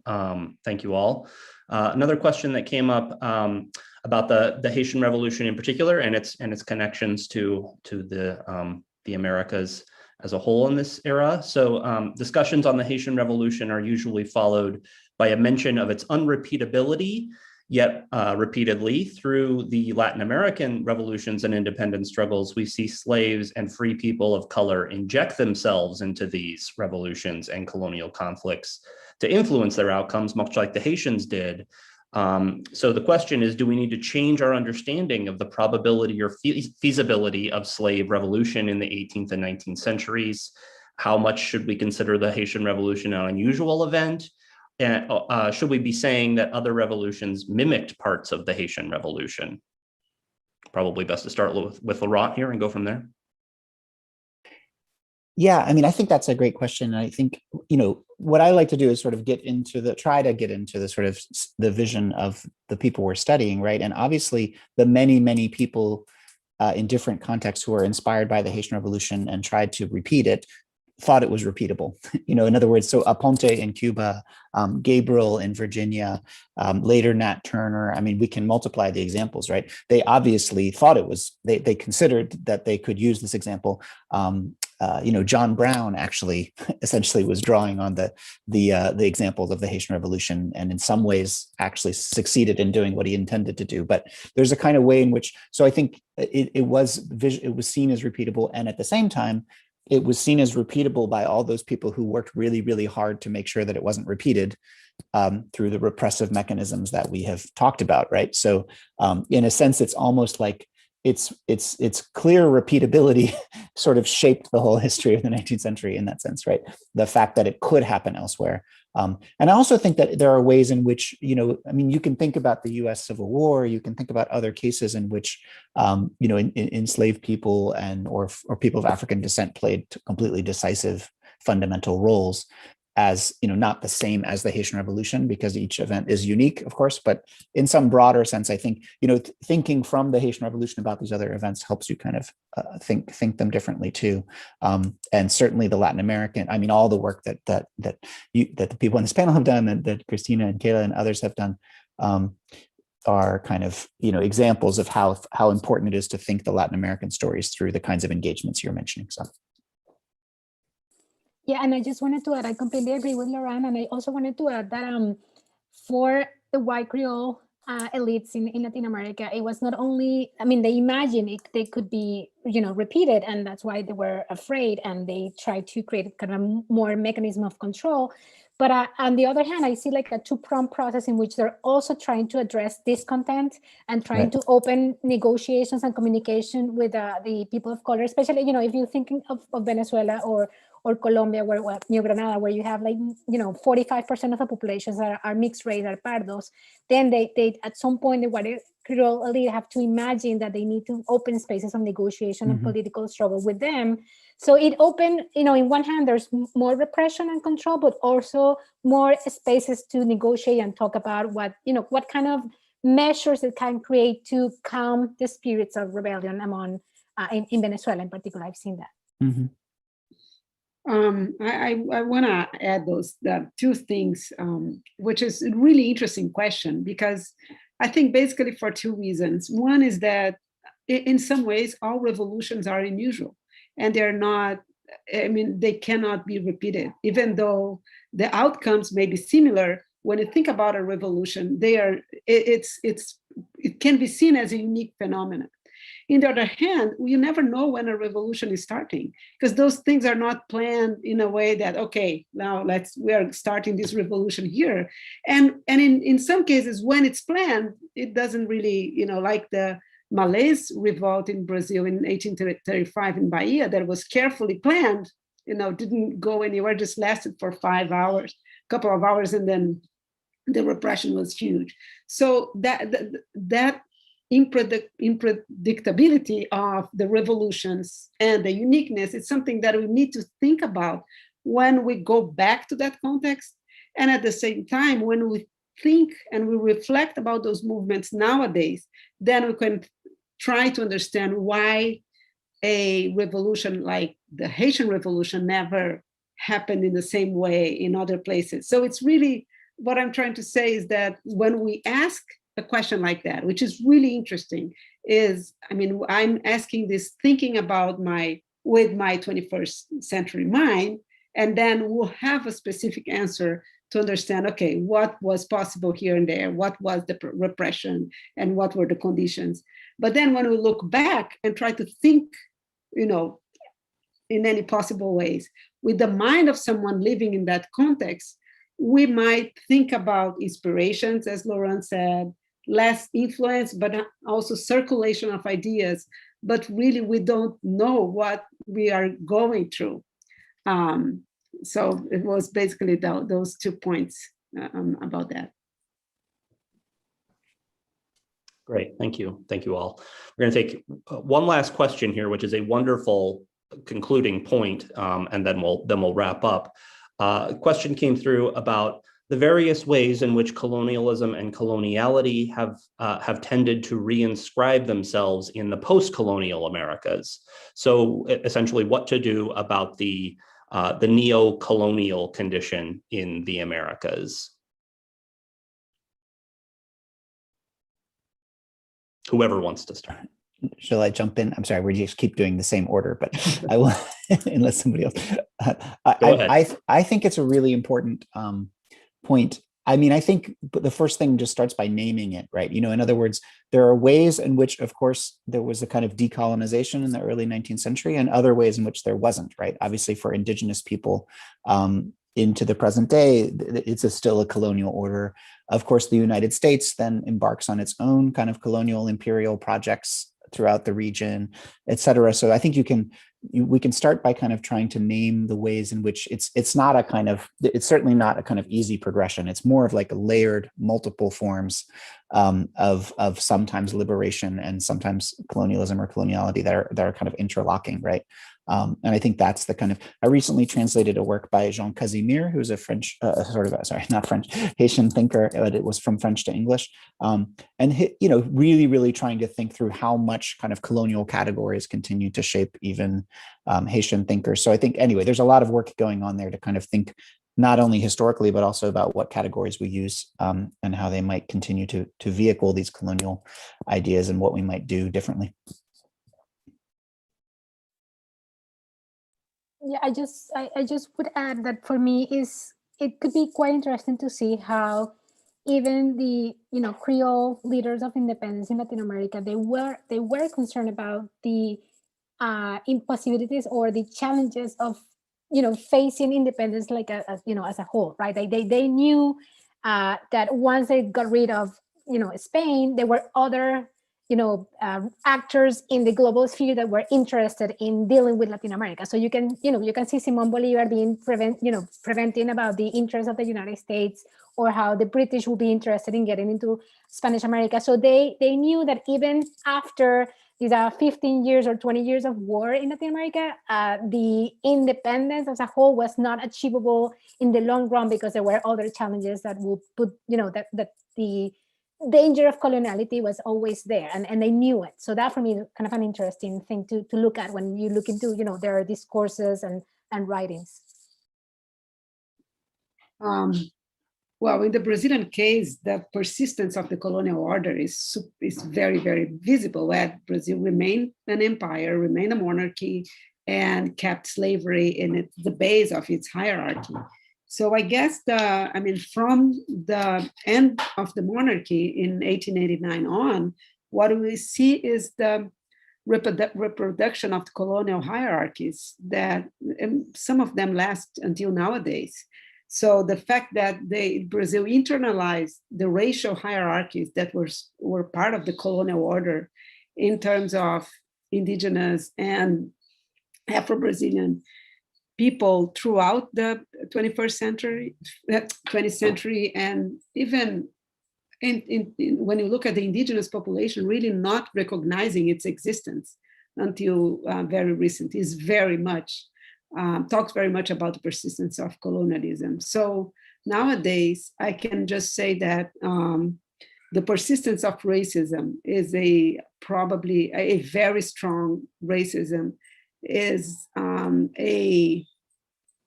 It's probably the most visible of our colonial persistences. And I don't want to finish without saying that even though in the first 15 years of the 21st century, a lot was done to reduce the coloniality of Brazil, I think that what we watch now, one of the possible ways to understand Bolsonaro's election and everything that is going on here is the same kind of movement against the expansion of rights that we saw in the 1830s and in the 1820s and 30s. We are in some ways seeing now people defending the remaining of our racial and social hierarchies and coloniality as part of Brazilian society. Well, I think we will have to stop there. This was a wonderful conversation, and we could keep talking all afternoon, I think, but we have to stop. So thank you so much to Laurent and Cristina and Keila for a really rich, thought-provoking discussion. And with that, I will turn it over to Karen to wrap us up here. Thank you, Will, and thank you all of our speakers today. We certainly have only scratched the surface of this whole fascinating topic. And again, we thank the National Endowment for the Humanities for its support of this program. And thanks to all of you for joining us today. A recording of this program will be available soon on the Newberry's YouTube channel. Newberry Public Programs remain free and open to all, thanks to the generosity of our members and donors. During this critical time, we need the support of our entire community. Please support the Newberry Library by making a gift today. You can do so online at newberry.org/give. We look forward to welcoming visitors back to events at the Newberry, hopefully soon as it's safe to do so. In the meantime, our next Viva la Libertad event, Declaring Independence, will be held online on Thursday, May 20th at 3 p.m. Central. This spring term, a group of high school students at the Instituto Justice and Leadership Academy has been engaging with Newberry collection materials related to the Age of Revolutions. And this program will combine readings from historical documents with recitations from personal declarations of independence that the students are formulating using what they've learned. The Newberry's next regular virtual program will be next week, By the Help of Devils, Shakespeare's Villains, on Wednesday, April 28th at 4 p.m. Central. This film features Peter Garino and the Shakespeare Project of Chicago presenting scenes from many of the Bard's greatest plays, including Macbeth, Hamlet, King Lear, and Richard III, in order to plumb the depths of Shakespearean villainy. You can register for these and other programs on our website, newberry.org. Until next time, thank you.